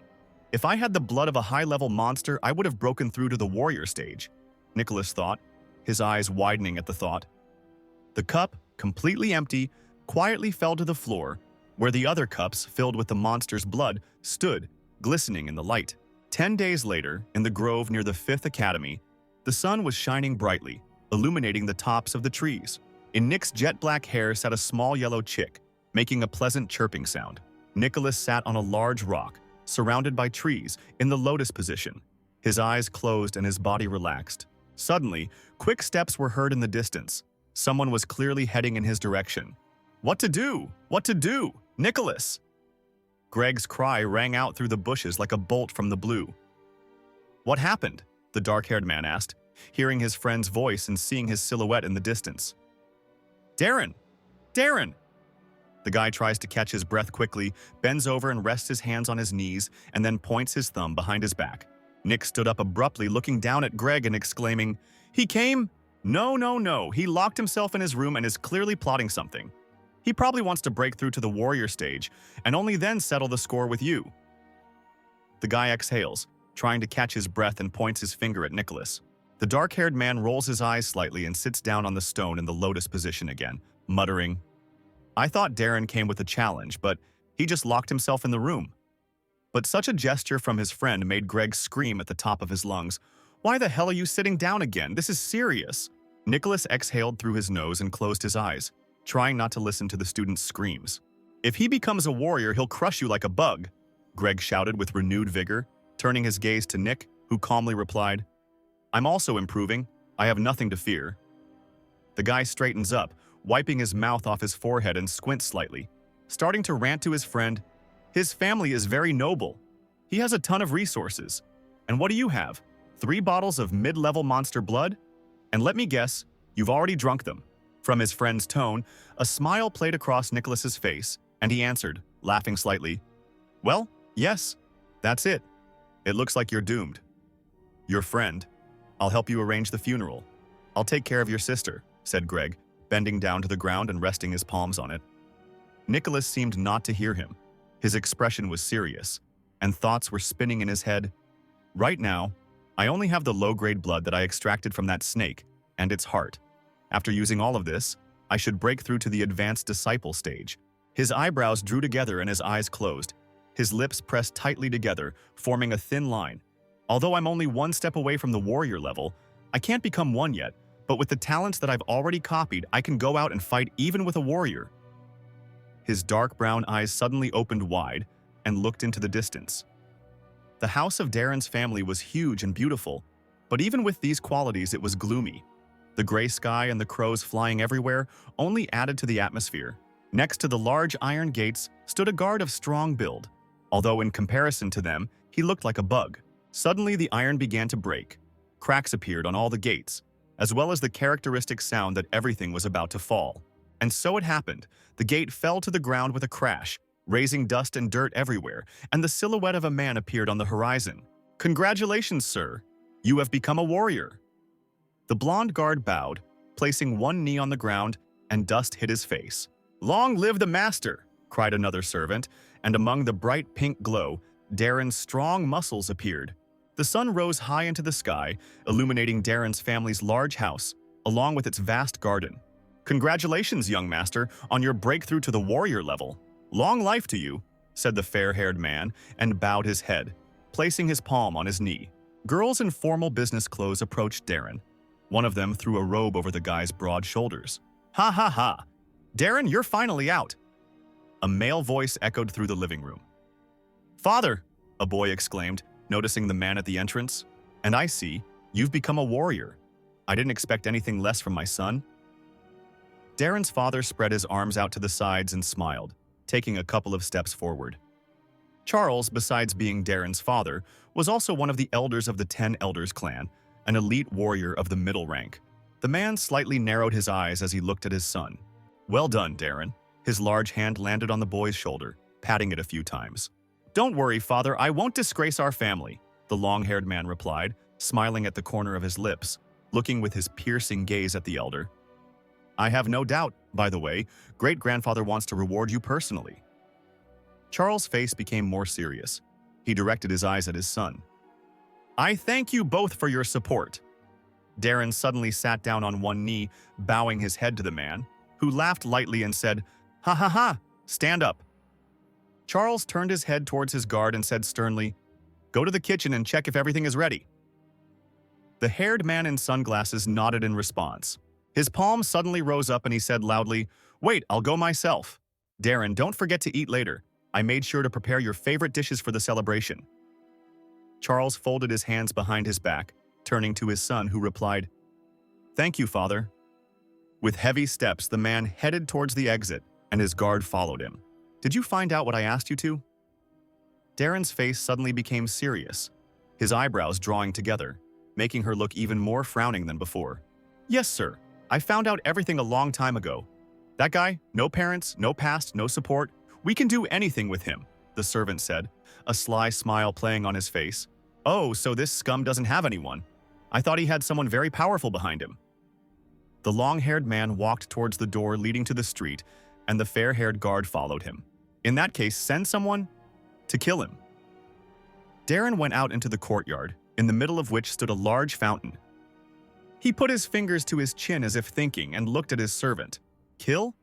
Sir, killing in the zone is one thing, but if we kill a person outside of it, then it doesn't matter how strong and influential your family is."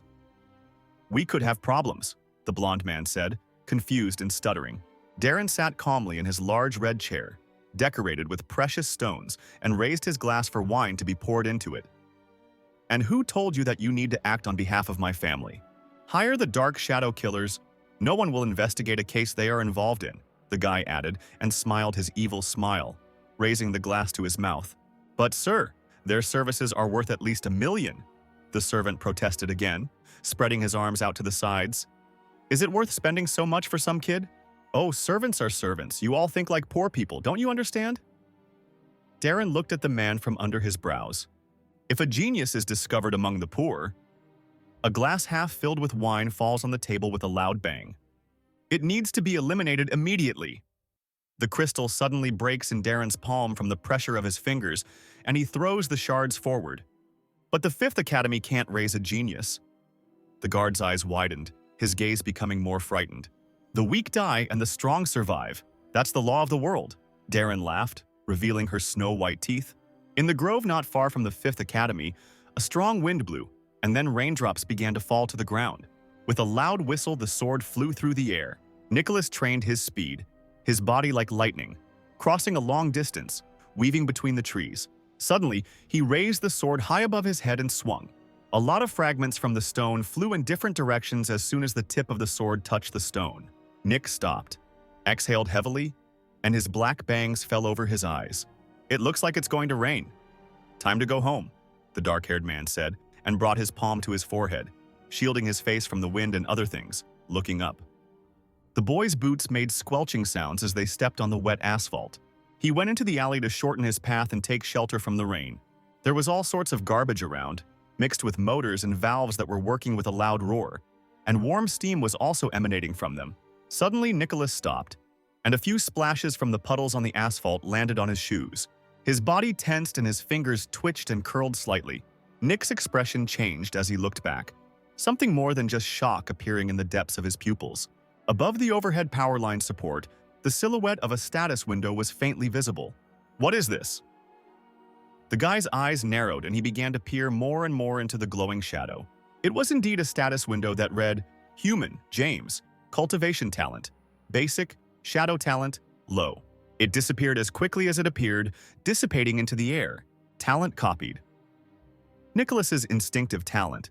He could at any time scout everything around him for 3 meters. Just like now, the guy felt that someone was approaching him. For a second, he even stopped breathing. His heart gave a loud thump, and his eyes widened with tension. A black silhouette with flashes of green flew past Nicholas. He swung his blade, but the boy quickly reacted and parried the attack with his sword. Their weapons clashed, causing a loud sound of metal hitting each other to echo around. His feet slipped on the asphalt and he flew back a couple of meters. His legs were stretched out and spread apart, as if he wanted to do the splits, and his left hand was lowered onto the wet asphalt. His gaze became gloomy. His bangs, wet from the rain, fell over his eyes and he asked in a languid voice, "Who are you?" The metal sparkled in the light of the lantern and drops of rain fell on the sharpness of the sword. "Your death." A guy with long dark hair and a wide smile looked down at the guy. Thunder rumbled. The rain still hadn't calmed down and was pouring down like buckets, dripping onto the wet asphalt. "Who are you?" Nicholas asked louder, activating his powers, and a blue glow began to shine around him. The guy opposite stood in the shadows. Only the green haze around him made it possible to notice him. The villain's long tongue ran along the sharp red blade, and everything around him glowed green. Darren really hired this killer? Nick tightened his grip on the handle of his ball. "But he's already a warrior. He could have come and fought me himself. What's he up to?" Nicholas's eyes narrowed slightly and opened, taking in more of the cold air. Suddenly, a strong wind arose, causing pebbles to fly up from the asphalt. James jumped up, raising dust around him and brought his sword behind his back, ready to attack. His gaze was intense and focused only on the guy. He extended his sword forward, heading towards Nick. The glitter from the ball flashed in the dark-haired man's eyes, and folds formed on his forehead from the fact that his eyebrows were furrowed. Jameson's red blade headed straight for Nick but collided with his ball. Nicholas quickly repelled the attack and ran forward, dodging. When he turned around, there was only a green glow in place of James. He disappeared again, the guy thought. He stood up again, holding himself with both legs, and began to gather his strength together. Apparently, the shadow talent allows its owner to become invisible. While the guy was breathing heavily, small drops of rain were running down his face. Suddenly, James appeared out of nowhere, pointing his blade at Nick's back. The dark-haired man's eyes widened as he heard someone sneaking up behind him. He slowly turned his head to the side, looking back, hoping that he had misheard it. As soon as he notices that all his fears have come true, he suddenly flies up, moving to one of the roofs. Jace's blade crashes down onto the asphalt, leaving a dent in it. This is disgusting. How can a normal student be so fast? The long-haired man thought, and clenched his teeth even harder, so that beads of sweat appeared on his forehead. "Now it's my turn," Nick shouted, and with one jerk he flew down. Their gazes met for a second, but Nicholas's gaze was determined, while James's became fearful. The dark-haired man dropped to the ground, swinging his sword in front of him, but only cut through air. Blood gushed out like a fountain, and the master of shadow arts screamed at the top of his lungs in pain. With a loud thud, James's body fell to the ground, collecting sand and dust around it. Impossible. Even the elite warriors can't see me. Breathing heavily, Hair Length stood up on his feet, pressing his palm to the bloody wound. "How did you do that?" His eyes narrowed even more, so that his gaze exuded only rage. Nicholas stamped his foot on the wet asphalt, moving slightly closer to the wounded warrior. "Want to know?" He quickly walked towards James, and a status window popped up above his head. "Then first answer me. Who sent you?" The veins on Nicholas's neck stood out, and he was determined to find out the answer. I'll tell you." James's pale palm fell on the hilt of the blade that lay nearby. "When will you die?" the long-haired man shouted, quickly approaching Nicholas. The sharpest sword was aimed straight at the guy's body. Nick's eyes grew several times larger in fear. The long-haired man used all his strength directing it at Nicholas. The dark-haired man dodged the attack, rising up. With a loud sound shaking everything around, Nick sank to the ground, squatting. At that very moment, like lightning, he moved forward, intending to strike. He succeeds. The sword plunges into James's body so that drops of blood gush out in a large stream onto the ground. Nicholas pierced the Shadow Master straight through with his sword. "I'll ask again." Nick began to speak without removing the weapon from the enemy's body, while he stood in shock from what had happened. "Who sent you?" the guy asked loudly, pushing the sword deeper. "Ha ha ha. You are the strongest student I have ever met. Bravo, bravo. Well, what can I say?" James answered quietly, choking on blood. "Darren," were the last words of the Shadow Master before Nick pulled out his sword and his body fell to the ground, lifeless. The guy stares at the enemy's body in front of him, examining every detail. "Darren!" Nicholas growled through clenched teeth, frowning. Nick squatted down in front of the lifeless body and placed his palm on James's chest. His fingers lightly touched the green haze around the corpse. A strong wind arose around them, so that Nick's hair fluttered in the wind. His arms tensed, so that sweat appeared on his forehead. The status window showed that the shadow talent was successfully copied. Nicholas rose slowly to his feet, swaying slightly from the tension in his entire body. Now the green glow that enveloped the guy's body, or rather the powers of the Shadow Warrior, were with Nick. Now Nicholas's status window was like this: Human, Nicholas, Cultivation talent, Intermediate, Speed talent, Low, Swordsmanship talent, Intermediate, Shadow talent, Low. "Your shadow talent is now mine," Nick said, looking at James's pale face, which was covered in raindrops. In the grove not far from the 5th Academy, it was also raining, which frightened all the birds around. A loud clap of thunder rumbled through the sky, cutting through the silence, its sound echoing through the trees as blood began to gush out of the lifeless body again. James's body lay in the dug hole, and Nicholas stood nearby, dragging a large boulder and throwing it at the long-haired man. The guy's palm was placed on a large pile, the last stone. Nick squatted down by the makeshift grave and exhaled tiredly, completely soaked by the pouring rain. A gust of wind swept through the grove, causing the leaves to move and the trees to rustle, the branches to sway under its force, the air to fill with the fresh smell of resin and earth. A leaf fell from a tree and Nicholas bent over it, and the thought flashed through his head. "If you were born a man, don't be like fallen leaves." Driven by gusts of wind and drops of rain, his gaze fell on a green leaf that lay alone on the ground. "Aye, Nicholas."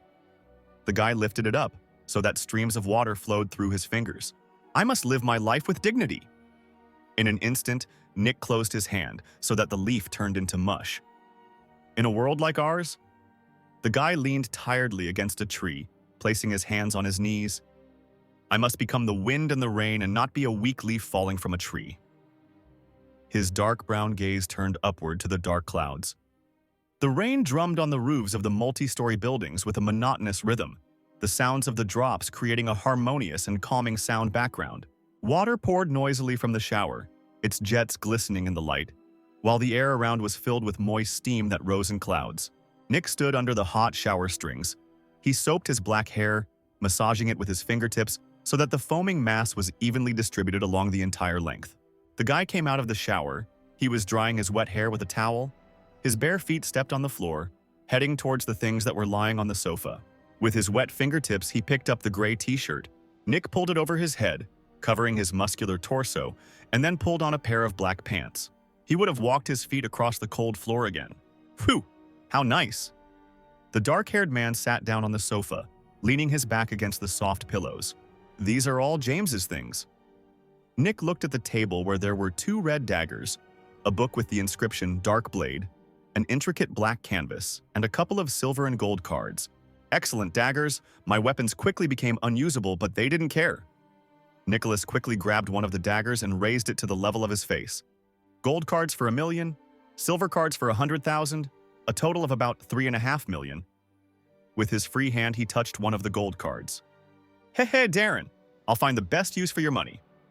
Nicholas laughed and picked up a handful of cards, putting them in his wallet. Suddenly, his attention was drawn to a book and he took it, examining it from all sides. "Shadow Blade? Bronze level." The boy read and opened the book, reading further.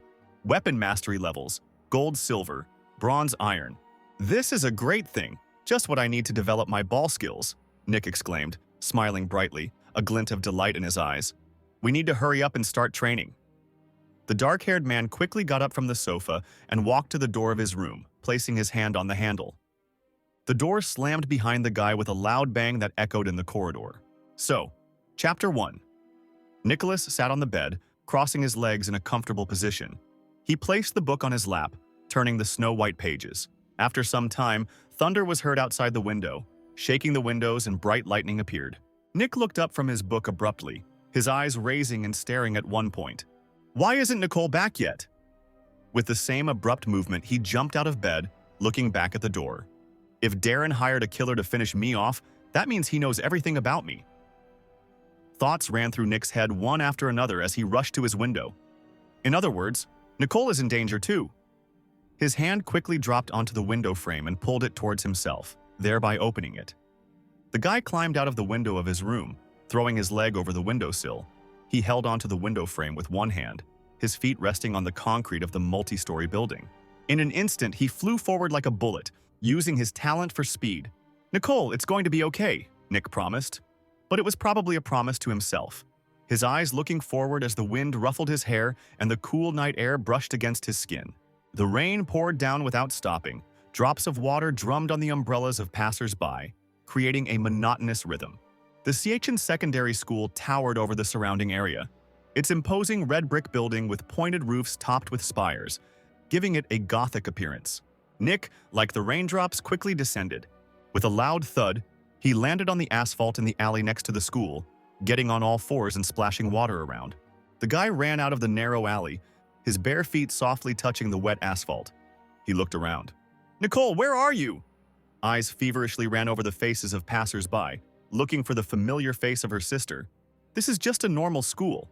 People with talents would never start a fight in a place like this. Nicholas stopped in the middle of the street, clenching his fingers into fists from nerves and inner worries. Although a man like Darren hardly plays by the rules, Nick's gaze became stern, and his black bangs stuck to his forehead. The guy tried to concentrate, but the surrounding noise only distracted him. Suddenly, the tip of an umbrella poked his back and a voice rang out, "Don't move!" Nicholas, using his power, flew around the man behind him with lightning speed, ending up behind him. "Don't move!" The eyes turned to steel again and focused on the gray hood ahead. Brother, it's me. Nicole waved her hand in a friendly manner, removing the cloth from her head and smiling. Nicole? Nick froze in place, his eyes widening and his eyebrows rising. What were you doing there for so long? The dark-haired man immediately turned on his caring older brother. Putting his hands on his hips, Nicole grinned and replied, "Today is my day on duty, cleaning and all that." By the way, why are you without shoes? You didn't even bring an umbrella, you'll get soaked through, Nicole added, and took her red umbrella in her palms, opening it. Well, forgot in a hurry. The guy shrugged and walked forward, following his sister, who was babbling. How did you do that trick just now? Tell me, I'm interested. A black passenger car stood nearby, raindrops falling on its shiny hood, producing a rhythmic sound that resembled a drum beat. The coated glass slowly rolled down, and the silhouette of a man with long hair appeared inside the car. Why is he still alive? Darren's eyes narrowed and his teeth ground together. The rain continued to drum on the asphalt. Drops on the ground formed small puddles that sparkled in the light of the street lamps. Here you go, your grilled sausage. The palm pulled out a sausage, fried on both sides, which was impaled on a black stick. Thank you. Nicole accepted the treat, deftly grabbing the wand while Nick stood nearby holding the umbrella. Nicholas and his sister walked down the wet street, sheltering under one large umbrella that swayed slightly in the wind, holding freshly bought grilled sausages in their hands. Oh yeah, what would you like for dinner? I'll make it tonight, Nicole responded as she walked next to her brother. Let me think. What about your signature steamed meatloaf? Nick replied. Darren's black car moved quietly, maintaining a safe distance, and the tires touched the asphalt almost silently. Nicholas found this strange, so he turned slightly, glancing at the car. As they turned the corner with their sister, the car stopped, losing sight of its destination. It had been raining for several hours. The air around was thick, and gray clouds painted over the city. Bro, dinner is ready. Nicole walked into the living room, holding a bowl of something edible in her hands. Help me set the table, the girl said louder, but Nick, who was standing on the balcony, was staring down at the black car next to their house.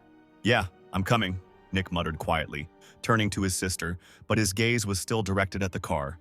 A couple of days later, after the rain, the city woke up to bright sunlight. The sky cleared and its blue contrasted with the shine of freshly washed asphalt. Nicole, please solve the following problem, came the teacher's voice as he walked around the classroom, holding a textbook in his hands. Okay, the dark-haired girl stood up from her seat, holding her written piece of paper in her fingers. Nicholas stood on one of the rooftops, his figure standing out against the morning sky. He was dressed in a black hoodie that fit tightly around his head, hiding his face in shadow. The guy turned his head towards the parking lot, and his fingers touched the hood. Take it off. This has been going on for 3 days. The same black car that the guy had seen before near his house was parked above one of the parking spaces. You dare to harm my sister? This time you have truly crossed the line, Nicholas whispered, the pupils of his dark brown eyes not moving away from the black silhouette. What?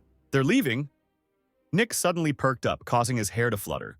The boy's vision did not deceive him. The car was indeed leaving the school grounds, heading off in an unknown direction. At that very moment, Nicholas rushed after them, jumping off the roof and pushing off the edge. Using his powers, he flew down, gaining speed.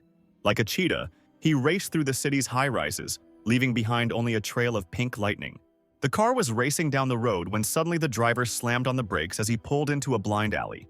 The wheels squealed and the rubber dug into the asphalt, making a loud noise. Around the car there were only useless construction pipes and concrete blocks. Darren's blonde security guard stepped out of the car, looking around, not noticing that Nicholas flew over him, landing on the edge of a construction crane. What is this place? Nick looked around, and indeed this alley seemed like some kind of construction site. Darren! The dark-haired man hissed, noticing his enemy's servants. Dark red blood splashed onto the asphalt, leaving an imprint. One of the guards swung and hit the man in the jaw so hard that he fell onto the cold asphalt. Young master, I really don't have the money to pay off the debt right now. The man lying on the floor croaked, swallowing his own blood. I swear, I will give them to you as soon as they appear. Please, let me go.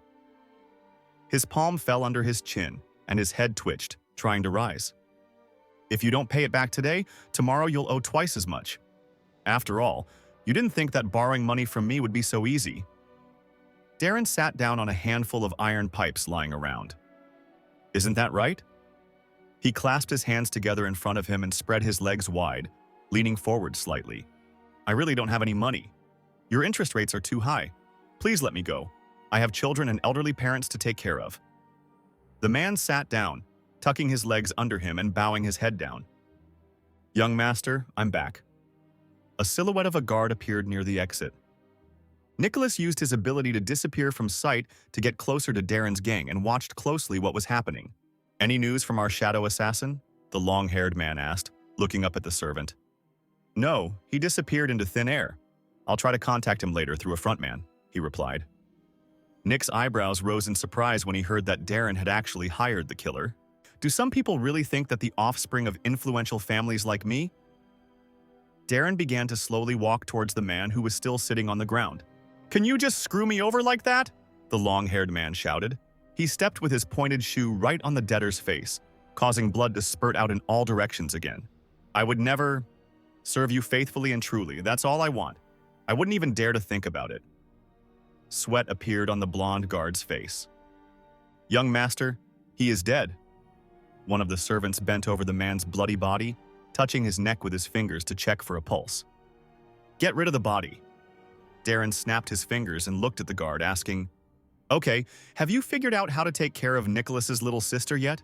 The man bowed his head, looking down as he replied, At first I wanted to entrust this to a friend who had recently been released from prison, but now I think it would be a mistake to trust this matter to someone else, so I'll take care of it myself, the guard added, and Darren approached him, taking a couple of steps forward. You have nothing to worry about, sir. Against the blonde man, Darren looked low and rather puny. He smirked at the corner of his lips, creating a couple of dimples on his cheek. In 1 second, the palm hit the guard's chest with all its force and he flew back a couple of meters, spitting out blood. The man bent over the ground, pressing his palms into it and croaked, You, young master, you, for what? Darren chuckled softly and replied, Punishment for doing a bad job.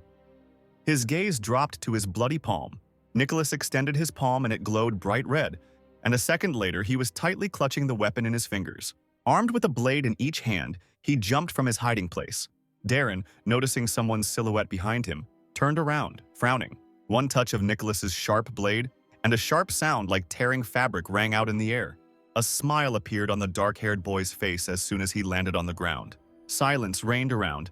Darren's body fell with a dull sound onto the asphalt, and the scarlet liquid spread over his body, staining his expensive suit.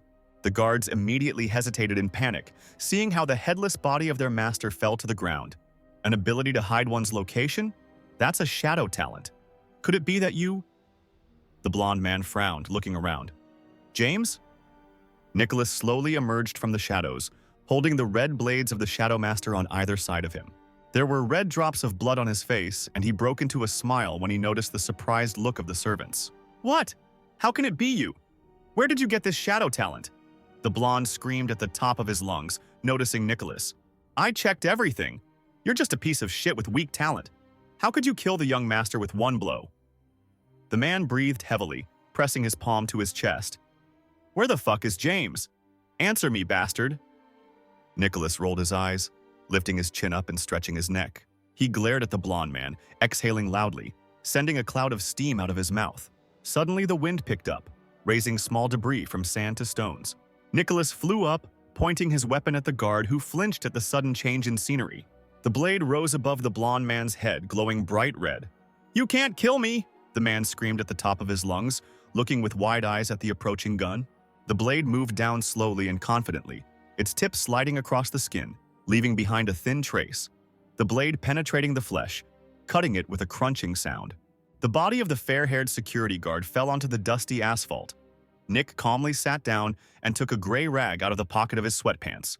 The guy carefully wiped the dirty weapon, trying not to leave any marks.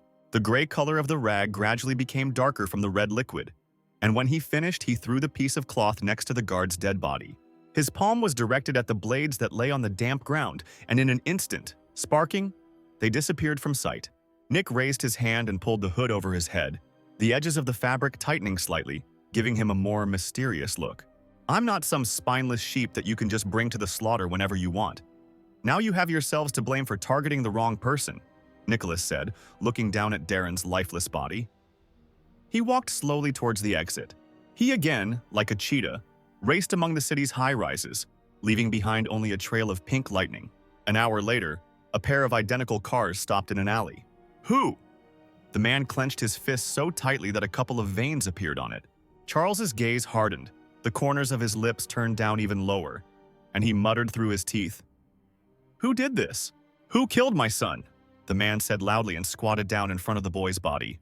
10th Elder, we found this. One of the guards picked up a bloody rag from the floor. It looks like this is the work of a shadow assassin. The servant handed the man a bundle of cloth. They hired a shadow assassin to do this? How disgusting. Taking the rag in his hands, Charles looked down at it with a sad look in his eyes. The Elder! The guard suddenly shouted, and a tall man with long gray hair entered the room. Dexter, the so-called Elder of the Darren family. He is also the only great martial arts warrior in the family. He slowly walked forward, putting his hands in the pockets of his pants. The oldest? Charles exclaimed in surprise, turning towards Dexter. Elder, my son is dead. The genius of our family has been killed. The man immediately rushed down, kneeling in front of the Elder. I see that, now get up and tell me, Dexter said in a calm tone. The Elder. Darren recently broke through to the warrior level. Recently sat at a feast in his honor. One day he could become a great warrior, could elevate our family to an unattainable level. Charles began to babble, still kneeling in front of the Elder of their family. But now he met such a miserable death, it's too much. A lifeless body, without a head, lay not far from the men. That's right. He was the reliable new generation of the family. If a second great warrior appeared in our family, our influence in the city would sharply strengthen. Dexter growled through his teeth like a tiger. This is why my son's death cannot go unanswered. A single tear rolled down Charles's cheek. Elder, please, avenge Darren. The man held out a folded cloth to the long-haired man. Dexter carefully took the blood-soaked rag from Charles's hands. Shadow Killer? The Elder looked closely at the inscription on the cloth. His eyes widened in an instant. It must be the families that hold a grudge against us. Most likely it is they who hold a grudge against him. Dexter voiced his guesses, squeezing a piece of cloth in his palms. The man unfolded the rag, holding it up in front of him, carefully going over each detail. In the very corner of it, he noticed an inscription. He narrowed his eyes, looking at her more closely. Iron Fang, Dexter suddenly exclaimed, clutching a bloody rag in his palm. Then she quickly dropped to the ground at the Elder's feet. The next day at the 5th Academy, the sun was shining brightly, illuminating the roofs of the buildings. Iron Fang? This organization is much more powerful than ours in Linhai, Greg answered reasoningly, spreading his palms out to the sides. The Elder of the Darren family believes that some families from Linhai have secretly colluded with the Iron Fang. Most likely they are planning to kill the young geniuses of the elite families in order to then take over the entire city, the dark-haired man continued, frowning his brows. Greg leaned towards Nick, put his hand to his lips and whispered, I heard that they killed Darren right after he broke through to the warrior level. They just chopped his fucking head off. Nicholas exhaled, smiling slightly that no one suspected him of killing Darren and his guards. By the way, you were the first on his list of people he wanted to kick ass with when he became a warrior. But someone suddenly killed him, so you must be a very lucky son of a bitch. Greg started walking forward, leaving his friend behind him. Nick bowed his head slightly, his gaze fixed on the ground, his brow furrowed, and his lips pressed into a thin line. Did I accidentally ruin Iron Fang's plans? Or is this old geezer deliberately trying to pit Iron Fang and Linhai against each other? Nicholas walked forward, not noticing that his friend had already disappeared from sight. The sun filled the academy with golden light. The rays of the sun pierced the leaves of the trees, creating a play on the soft grass. The next day, at 4 a.m., the city is plunged into silence, the streets are empty, only the rare cars drive by.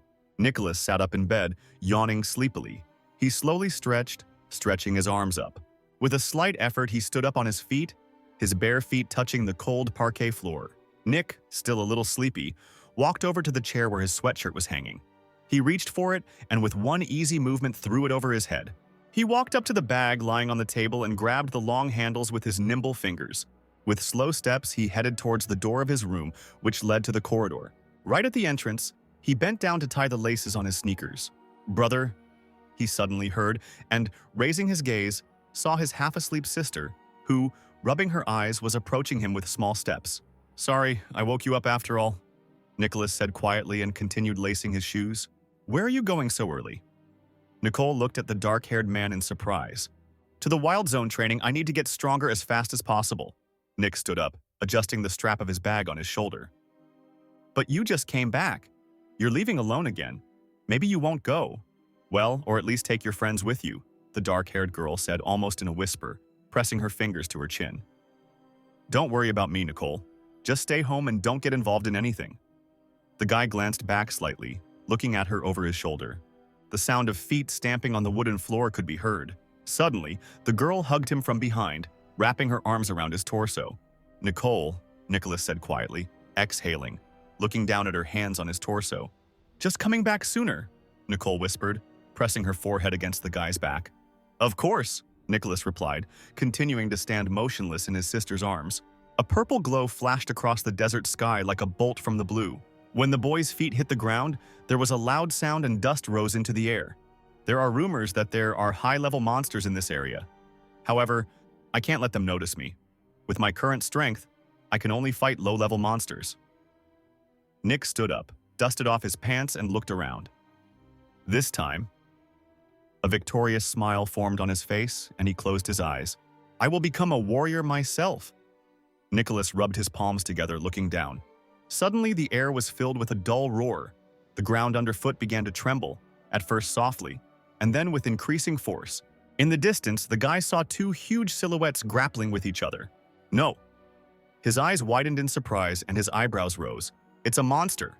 It was a huge horned monster, red in color, similar to the Minotaur from ancient Greece. With all his might, he stomped his paw on the other monster.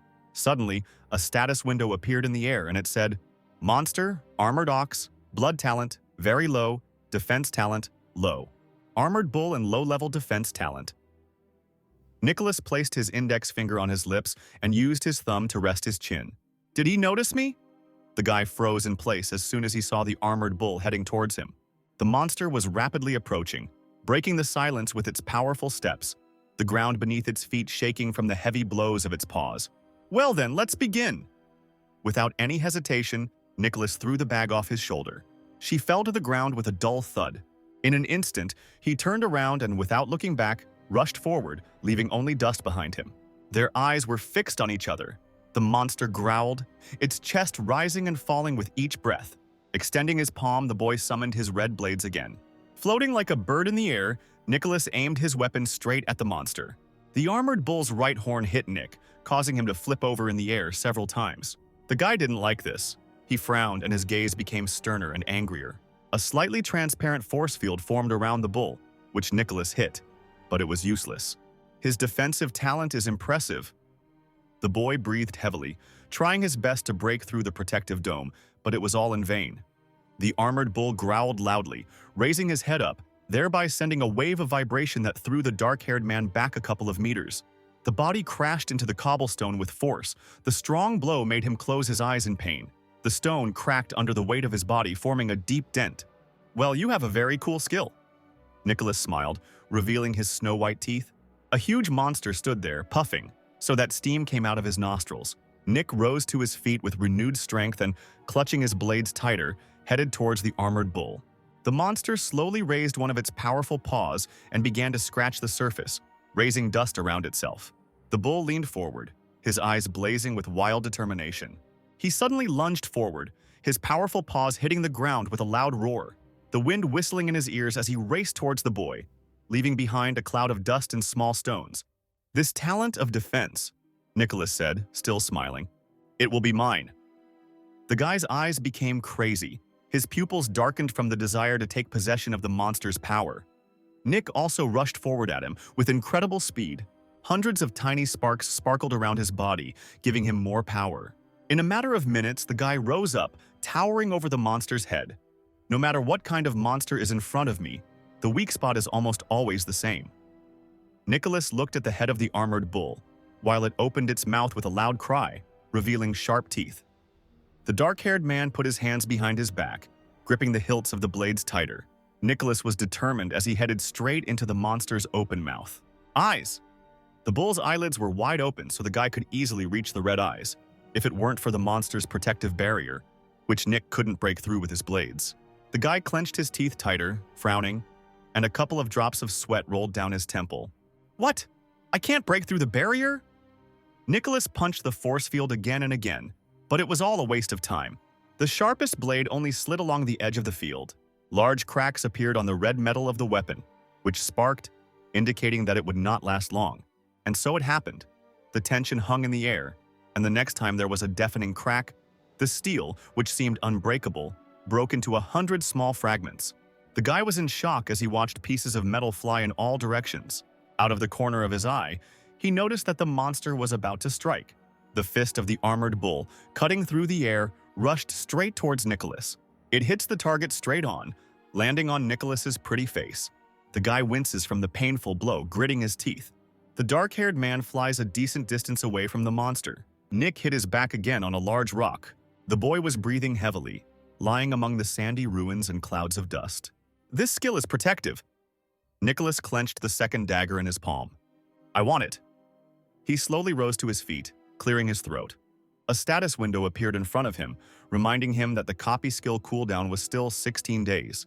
This Cooper is weaker than the Silver Moon Wolf, but stronger than that snake from the exam.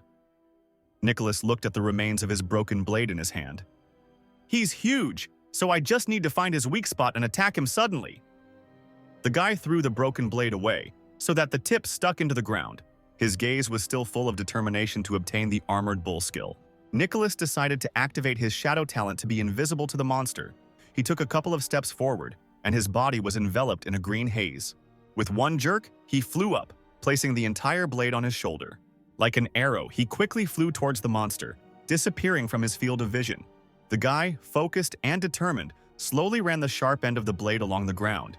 Then, with a confident movement, he raised the blade up, the blade sparkling in the sun.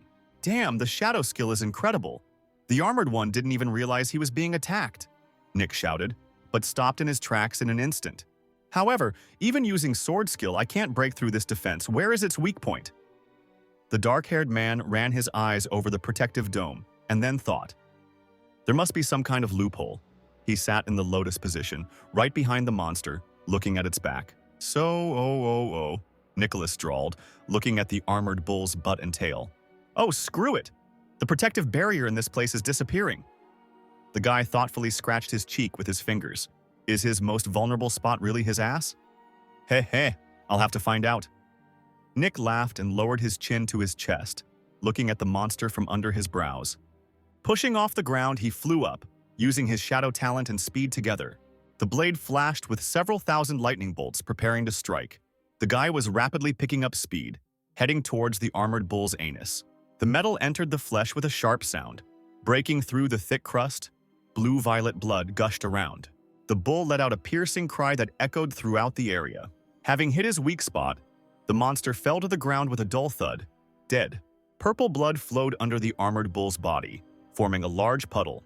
I was right, Nicholas smiled triumphantly, landing near the corpse of the monster he had killed. I knew it. After he died, the blade cuts through his flesh without any difficulty. Gathering all his strength, the dark-haired man plunged the blade into the soft heart of the monster. Blood gushed out like a turbulent stream. Nicholas picked up the empty bottle, tilted it at an angle, allowing the scarlet liquid to flow inside. The guy continued to fill the bottle, feeling how with each drop his fear went away and his confidence in his abilities grew. He filled at least 4 glass bottles with the armored bull's blood. After death, it doesn't matter how strong your talent is. Nicholas stood up, wiping the sweat from his forehead with the back of his hand. Looking over the lifeless body of the monster, he proclaimed, "The bull's hide must be quite valuable. Eyes, eggs, blood, I'll collect everything I can. But the most valuable find is most likely this pair of horns." With a deft movement of the blade, Nick cuts the horns off the armored bull's head. Having put all the trophies into his bag, he threw it over his shoulders. Okay, now I need a quiet place to cultivate. The boy gripped the straps of his backpack and walked forward, looking for shelter with his eyes. After some time, he stopped in a dark cave, which was surrounded by stones and stalagmites. Fresh monster blood and peanuts made by my sister. Nick laid out everything he needed in front of him. Well then, I hope this will be my entry into the world of warriors. The guy smiled brightly, and his eyes widened at the thought that he would become the greatest warrior. Nicholas picked up the bottle of hot blood and, without a second's hesitation, brought it to his lips. The liquid was warm, thick, and he began to drink greedily. Her fingers immediately grabbed a handful of roasted peanuts, and he began to eat away the blood with the crunchy nuts. Having emptied one bottle, the dark-haired man settled more comfortably in his place, crossing his legs in the lotus position and began to meditate, gathering his strength into one. The energy was so strong that the boy's forehead became covered in sweat. 20 days later, Nicholas, as if he had never left your place, was also sitting in the lotus position, with empty bottles lying around him. The guy exhaled heavily, emitting clouds of steam from his mouth. In an instant, incredible pain pierced him. He raised his head up, growling loudly, like a real beast. Everything around sparkled with bright lightning, and the guy darted from his place, running around the cave. The earth shook. Dust and sand flew into the air, and the birds sitting on the tree branches became frightened and flew away in different directions. A large stream of energy formed in the sky, coming from underground, illuminating everything around. "My lady, look!" Two girls in raincoats stood not far from the scene of the incident. To think that someone has broken through to the level of a martial artist in this barren land. The blonde smiled, placing her fingers on her chin. The dark-haired girl didn't answer. She just looked thoughtfully into the distance, hiding her face behind the hood. On the purple fabric there was a pattern resembling a flower, and underneath it was written, "Battle Pavilion." "What a huge flow of power!" Nicholas exclaimed, clenching his fist tighter. "This is the level of a martial arts warrior." The boy looked around, admiring the power that now belonged to him. Nick looked over his shoulder, taking in the empty bottles of Armored Bull's blood and the empty bundle of cloth that had held the nuts. "Armored Bull, it's been 20 days. I can use my copy skill again." The dark-haired man picked up his bag, clutching the cloth handle with his fingers. "First of all, we need to copy the defense talent." Using his speed, Nicholas rushed towards the exit of the cave. The desert around was surprisingly quiet. There were no strong winds, and the dunes were very tiny. Nicholas touched his palm to what was left of the Armored Bull. A status window appeared in front of him, and it said, "Copying not possible. Target structure is incomplete. Please select a target with a complete structure." "There is such a limitation?" Nicholas stared in surprise at the window in front of him, not the palms of his hands from the bones of the monster. If I had known, I wouldn't have gutted him into pieces." The dark-haired man exhaled heavily, closing his eyes. "My lady, could he kill the monster?" The girls were still watching from the side, standing on the sandy rocks. "This man just broke through to the warrior level, but the monster was dead a long time ago," the dark-haired girl answered, looking at the guy with interest. "So it's convincing. When they killed this creature, he was still a student." "No, the monster clearly didn't die by his hand." The fair-haired girl in a red cloak followed her friend's example and thoughtfully stared at the guy. "But even as a student, he dared to explore this mountain. A brave act." Nicholas walked slowly towards the oasis, or rather towards the pond, which looked more like a large puddle. With one easy movement, he pulled off his clothes, or rather his sweater, pants, and sneakers. "I've been here for almost a month. I should probably wash up before I go home." Nicholas stretched his arms slightly, loosening up the joints and muscles. "My lady, he's doing something indecent," the blonde girl screamed, her eyes wide open. "Be quiet. Let's get out of here," she replied, hissing at her friend. Taking a deep breath, Nicholas leaned forward, holding his arms close to his body, and pushed off the ground with a powerful push, diving into the water. Splashes flew around him and circles spread out. When the sun was high in the sky, the boy finally reached the martial arts market, Linhai. The market was filled with a lively atmosphere. Vendors were loudly calling out to customers, and the counters were filled with everything from brightly colored dishes to powerful weapons. "This looks like the biggest store on the market." The guy looked the building up and down, assessing its size. On one of the poles hung a flag with a purple flower painted on it, and the words, "Battle Pavilion," written on it. "I'll check him first." The guy lifted his chin up. Taking slow steps, pushing off the ground with his sneakers, the guy walked forward. It so happened that two girls passed by Nicholas, and one of them whispered, "Isn't this the same guy?" Nick exhaled in surprise, stopping dead in his tracks. The dark-haired girl's appearance was very similar to his sister's. The same big, dark brown eyes, thick dark hair. "Nicole!" Nicholas exclaimed in surprise and turned around sharply. "Little sister?" His eyes feverishly ran over the girl's face, and a bead of sweat rolled down his cheek. "What? Little sister?" The girl also stopped and turned to look at the guy. He's this… to me? The dark-haired girl's gaze became gloomy and piercing. No, this is some kind of nonsense. Where did it come from, Nicole? Nicholas turned back and slapped himself on the forehead. But still, this girl… The dark-haired man muttered under his breath, running his hand over his face. The guy's eyes instantly grew bigger as soon as he noticed the status window that towered above the girl. She still stood motionless, one hand on her hip, looking piercingly at the guy. The status window was amazing. It said, Human, Allison, Cultivation Talent, High, Sword Talent, Intermediate, Speed Talent, Beginner. Hey, who are you calling sister? Suddenly, the blonde's voice was heard. Who gave you the right to talk to us anyway? Go on rummaging through the garbage dumps, she shouted loudly, taking a step forward. What? Through the garbage dumps? Nick, not understanding her words, looked away from the girls in surprise. I think I just washed myself. Is there still a smell? The guy bowed his head, running his nose, inhaling the smell around him. Catherine, stop talking nonsense, Allison said sternly, looking at the blonde. Oh, I'm sorry. It just slipped out, the girl replied, shyly putting her hand to her lips. Tell him this, then this, and finally, the dark-haired girl whispered, leaning towards her friend. Sir, I beg your pardon. Catherine was impolite to you. My mistress has already taught me a lesson. The blonde approached the guy and bowed before him. And she… Nicholas began, looking after the dark-haired girl. The lady has other things to do, so she left us. The girl's soft hand grabbed the guy's wrist. Would you like to come to the battle pavilion to sell some materials? My lady is its manager. To make up for what we said earlier, we will give you double the price for any trophies. Catherine pulled the boy forward, chatting lightly. Double? The guy's eyes widened. He stared at the girl in surprise. Yeah, please come in. The blonde pointed to the entrance to the pavilion. The guy walked inside with one hand in the pocket of his gray pants. Wow, what great stuff! Inside were displayed fighting paraphernalia, from iron armor to shields and balls. Well, as expected from the largest shop in the martial arts market, Nick muttered, looking back at the spears that were standing in a row, leaning against the wall. Thin fingers held a saucer with a mug of tea, from which a pleasant aroma emanated. Sir, please try our tea. One of the servants put a cup on the table, smiling welcomingly, and Nick replied, Oh yes, thank you. So, the horns of an armored bull, its skin. All the trophies collected by Nicholas lay on the table, so it comes to 200,000.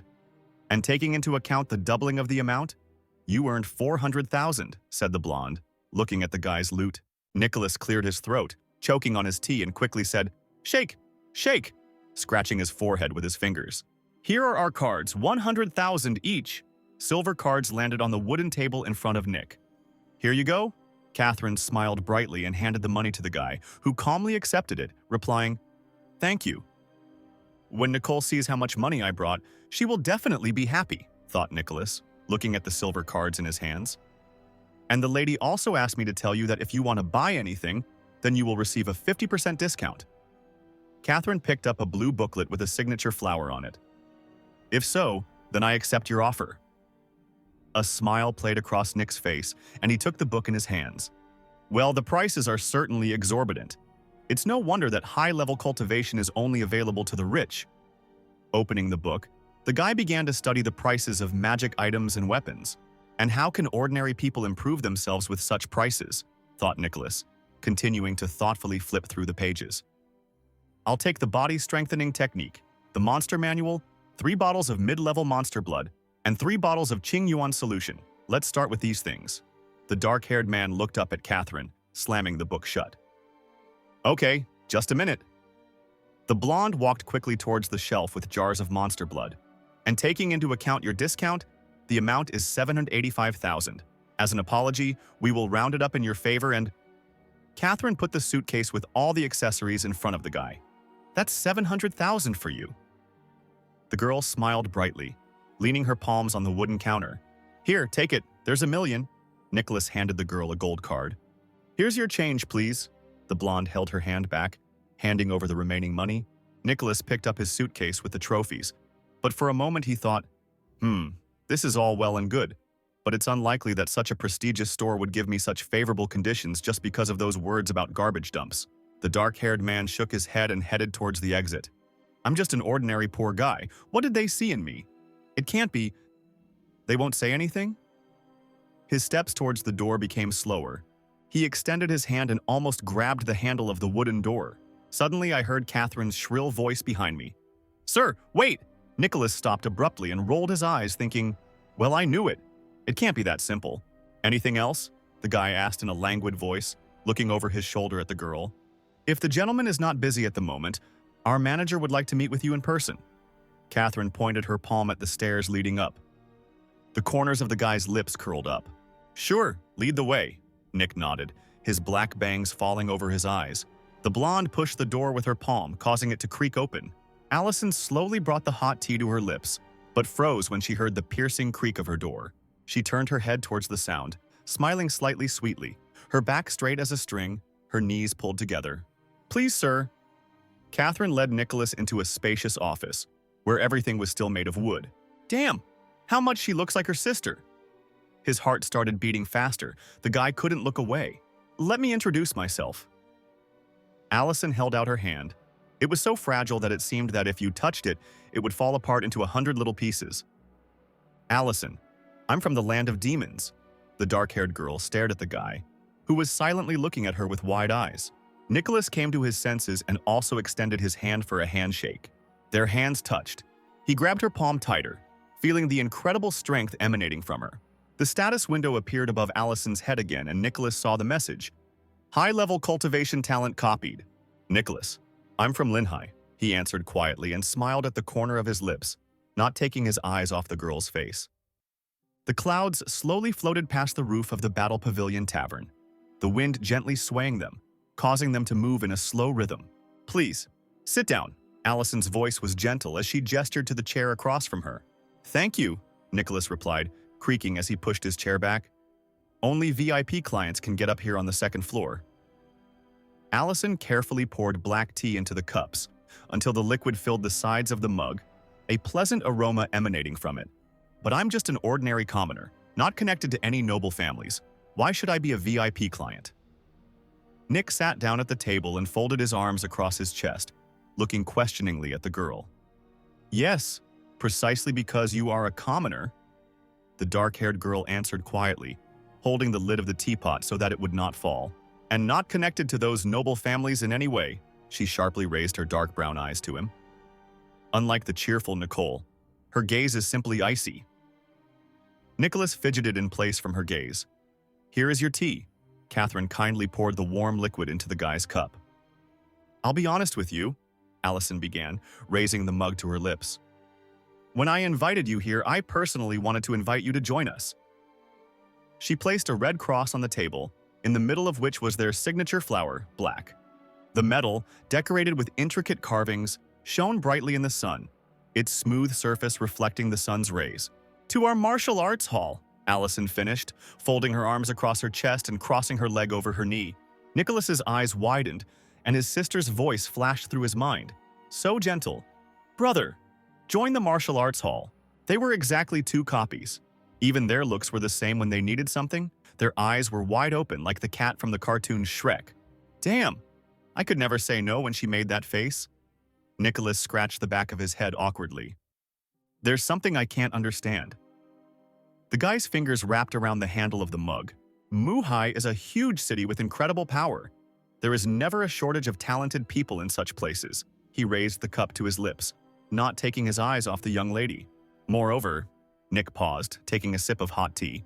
"I only recently became a warrior," he continued, narrowing his eyes.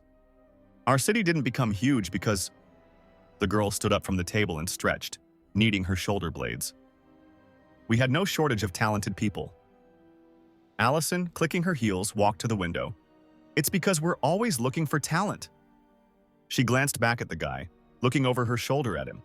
Nicholas nodded and shrugged, thinking, "Sounds reasonable. I didn't expect such a young girl to have such a mindset." The guy folded his arms across his chest again and leaned back against the wooden back of the chair. "Although what else would you expect from a warrior from such a big city? But my stupid sister would never have voiced such a thought." "Why do you doubt? This is a once-in-a-lifetime opportunity." Catherine's voice was heard, noticing Nick's thoughtful face. Even the elite of the big families strive to rise as high as possible in the Motai hierarchy, but Our Lady is not interested in them. The blonde raised her chin high, folding her arms across her chest. It's certainly a great honor. Nicholas closed his eyes, biting his lip. However, if I join any organization, I will be restricted by it. Once my ability is discovered, they will kill me immediately. So until I solve all the problems, I can't get involved with anyone. Exhaling heavily, he slowly raised his eyelids. Are you hesitating? Allison leaned her hip against the wooden surface of the table. But why? She folded her arms across her chest, looking at the guy sitting next to her. It's so hard to refuse this face. Nicholas glanced at the dark-haired girl with his dark brown eyes. Please tell me. She pushed herself off the table and stood in front of Nicholas, her hands on her hips. To be honest, I'm not sure. Nick squeezed his hand, which was lying quietly on the table. Take, for example, the rumors about the Iron Fang invasion. Big families went crazy, quarreling with each other. I just started to have a measured life. The guy answered calmly, looking down at his sneakers. So I don't want to be like them or serve their kind. The guy turned his nose up, looking at Allison. So that's who you take me for? She chuckled resentfully, leaning her palms on the table. And you? A friend? A smile played on the dark-haired man's face. You can watch me and then decide for yourself. Allison turned to face him, folding her hands in front of her. You don't have to answer right now, I can wait. The dark-haired girl still didn't calm down, looking intently at Nicholas. Her gaze with her large brown eyes scanned his tense face, while Nicholas's eyes looked more sinister, especially when his eyebrows drew together at the bridge of his nose. The boy walked along the concrete road, his steps echoing confidently in the silence.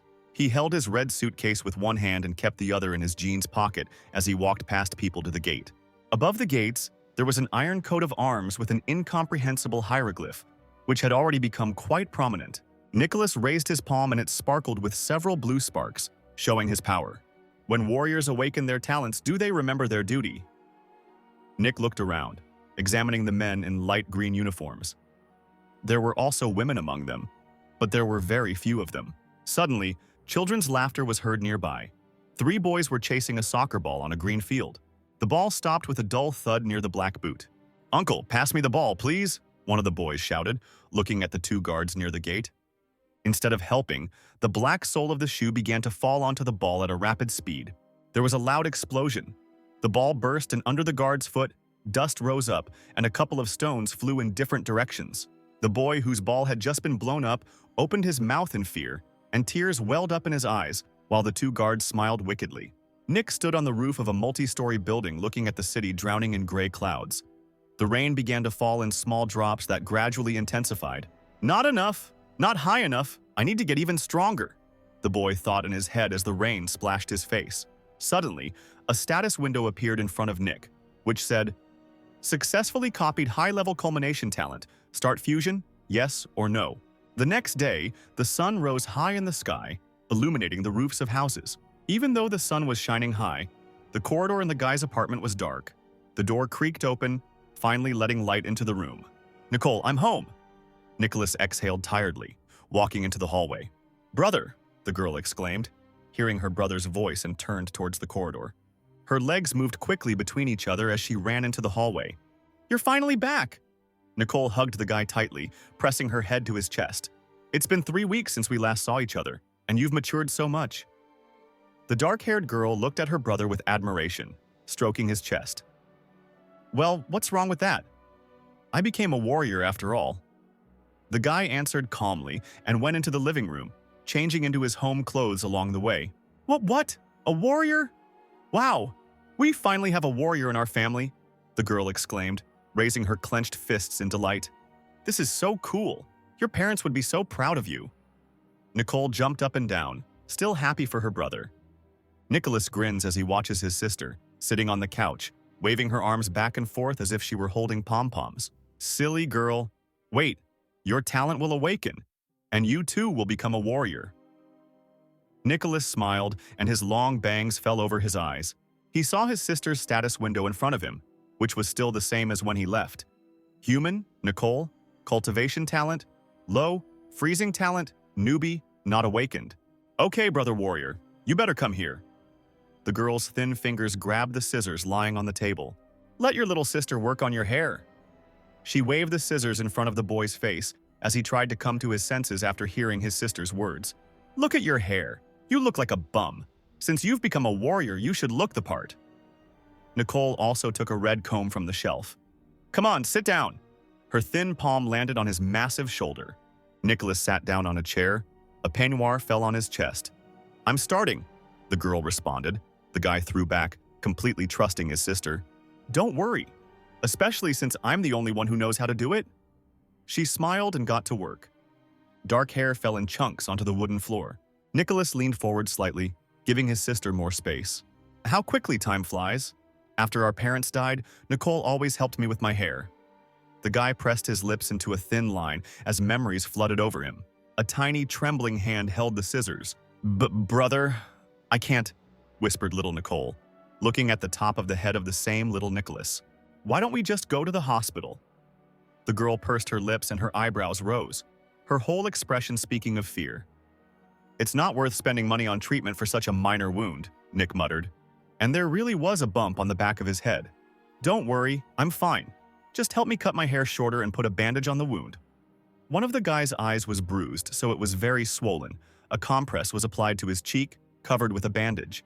The scissors landed on the wooden floor with a loud bang. "Oh, if only you had the ability of an immortal jellyfish." Nicole wiped a couple of tears from her cheek with her small hand. "An immortal jellyfish? What kind of ability does it have?"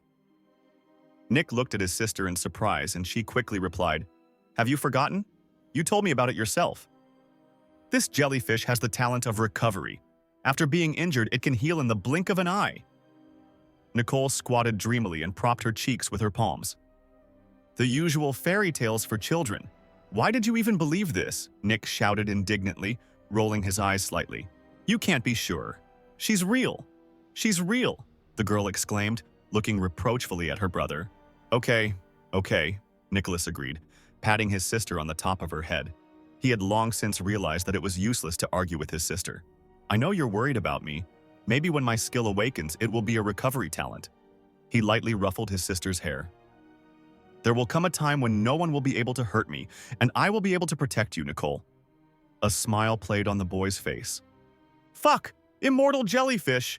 Nicholas exclaimed, breaking out of his memories.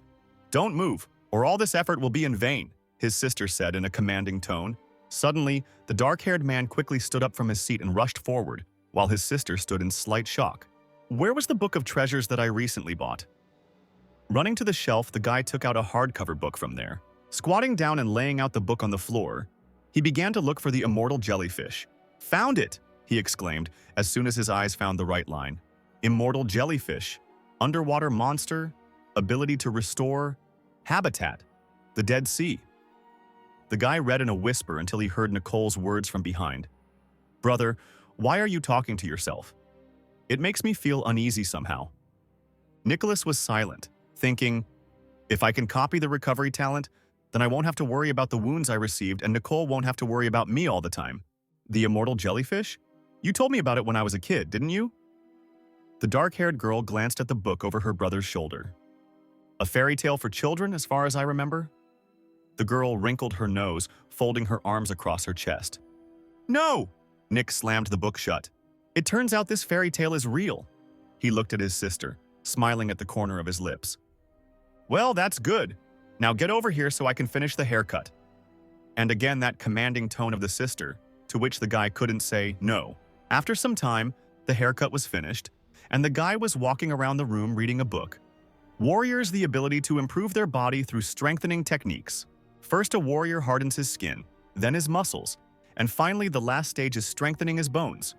His eyes carefully examined each line in the book. In an instant, the guy sat in the lotus position and placed his palms on his knees. Everything around him lit up white, and the guy closed his eyes, gathering all his energy together. We need to compare whether the progress this time will be as fast as last time. From the tension in his whole body, small beads of sweat appeared on the guy's face. I guess I should take a sip of mid-level monster blood and see the effect. He reached for the bottle that was standing nearby. Without thinking, Nick picked up the bottle of blood and brought it to his lips. He began to drink it, feeling it flow down his throat. A strong wind rose around him, fluttering his hair feverishly. Great! The process has been sped up 3 times. Eyes widened with delight.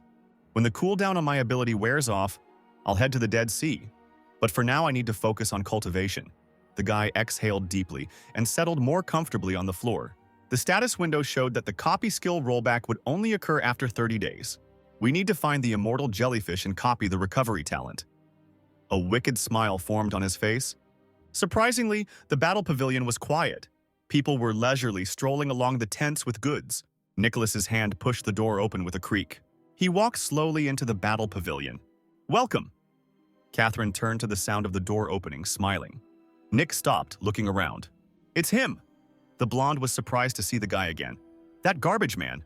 Nicholas looked seriously at Catherine, who was standing behind the counter. "Oh, you've come, Mr. Warrior." The girl waved her hand at him in a friendly manner, smiling. "Are you looking for our mistress?" the girl asked cheerfully and loudly. "No, I want to buy things," the guy answered. Now his bangs covered his eyes, but his gaze remained as stern as it had been. "He dressed up and now he even seems cute." Catherine's cheeks turned a light blush. "Excuse me, come in." The girl pointed her palm towards the counter. "Do you have a map of the Lake of the Dead?" Nick asked, approaching the wooden counter. Kat nodded and replied, "Of course, just a minute. I'll find it now." A minute later, a map landed on the table. It was slightly worn and torn. "Yes, that's it. There's definitely some great talent there to copy." Nicholas smiled to himself as he looked at the map. "How much is it?" the guy asked, looking up at the blonde, who glanced at the price book and replied, "So, 100,000 yen." Nick handed the silver card to the girl without further questions. Watching the guy follow her, Catherine wondered, he wanted to rummage through the trash again, but in a new place? The lady said that there are a lot of terrible water creatures and ferocious beasts living in the Lake of the Dead. Even an elite warrior will have a hard time there. Her thin palm lay on her chest. The guy slowly walked away into the distance, his hands in the pockets of his trousers, only his brown raincoat fluttering in the wind. Like a bolt from the blue, Nicholas rushed over the hills. With a loud sound, he landed on the ground, sending small stones flying around. Only one lizard did not move from its place, even when the ground next to it began to shake. The Lake of the Dead was quite small. Everything around was covered in red colors. What a dreary landscape. I'll definitely copy this amazing talent. Nick straightened up and looked around. Broken pieces of tables and chairs were scattered around as if it were a dump. This place has been abandoned for quite some time. Strange atmosphere. It seems like danger is lurking around every corner. Nick shrugged his shoulder, sending 100 goosebumps down his spine. He looked around, putting his finger to his lips. In an instant, his eyes widened upon hearing a loud noise. A huge whirlwind suddenly formed in front of the guy, returning above him like a huge mountain. A monster? Nicholas immediately clenched his fists, spreading his legs wide, preparing for a fight. His brows furrowed as he realized that he was hiding and watching, only scaring the boy. At that moment, Nicholas summoned his shadow talent, disappearing from sight. He jumped high into the air, soaring above the treetops. What is this? A huge ball sparkling with a multitude of lightning bolts opened up before the guy's eyes. Little by little, this ball begins to dissipate, and a silhouette can be seen inside it. "Take it! Madam, hurry!" shouted the man holding the open umbrella. Allison, flying next to him, holding a huge yellow box in her hands, replied, "Let's do it together."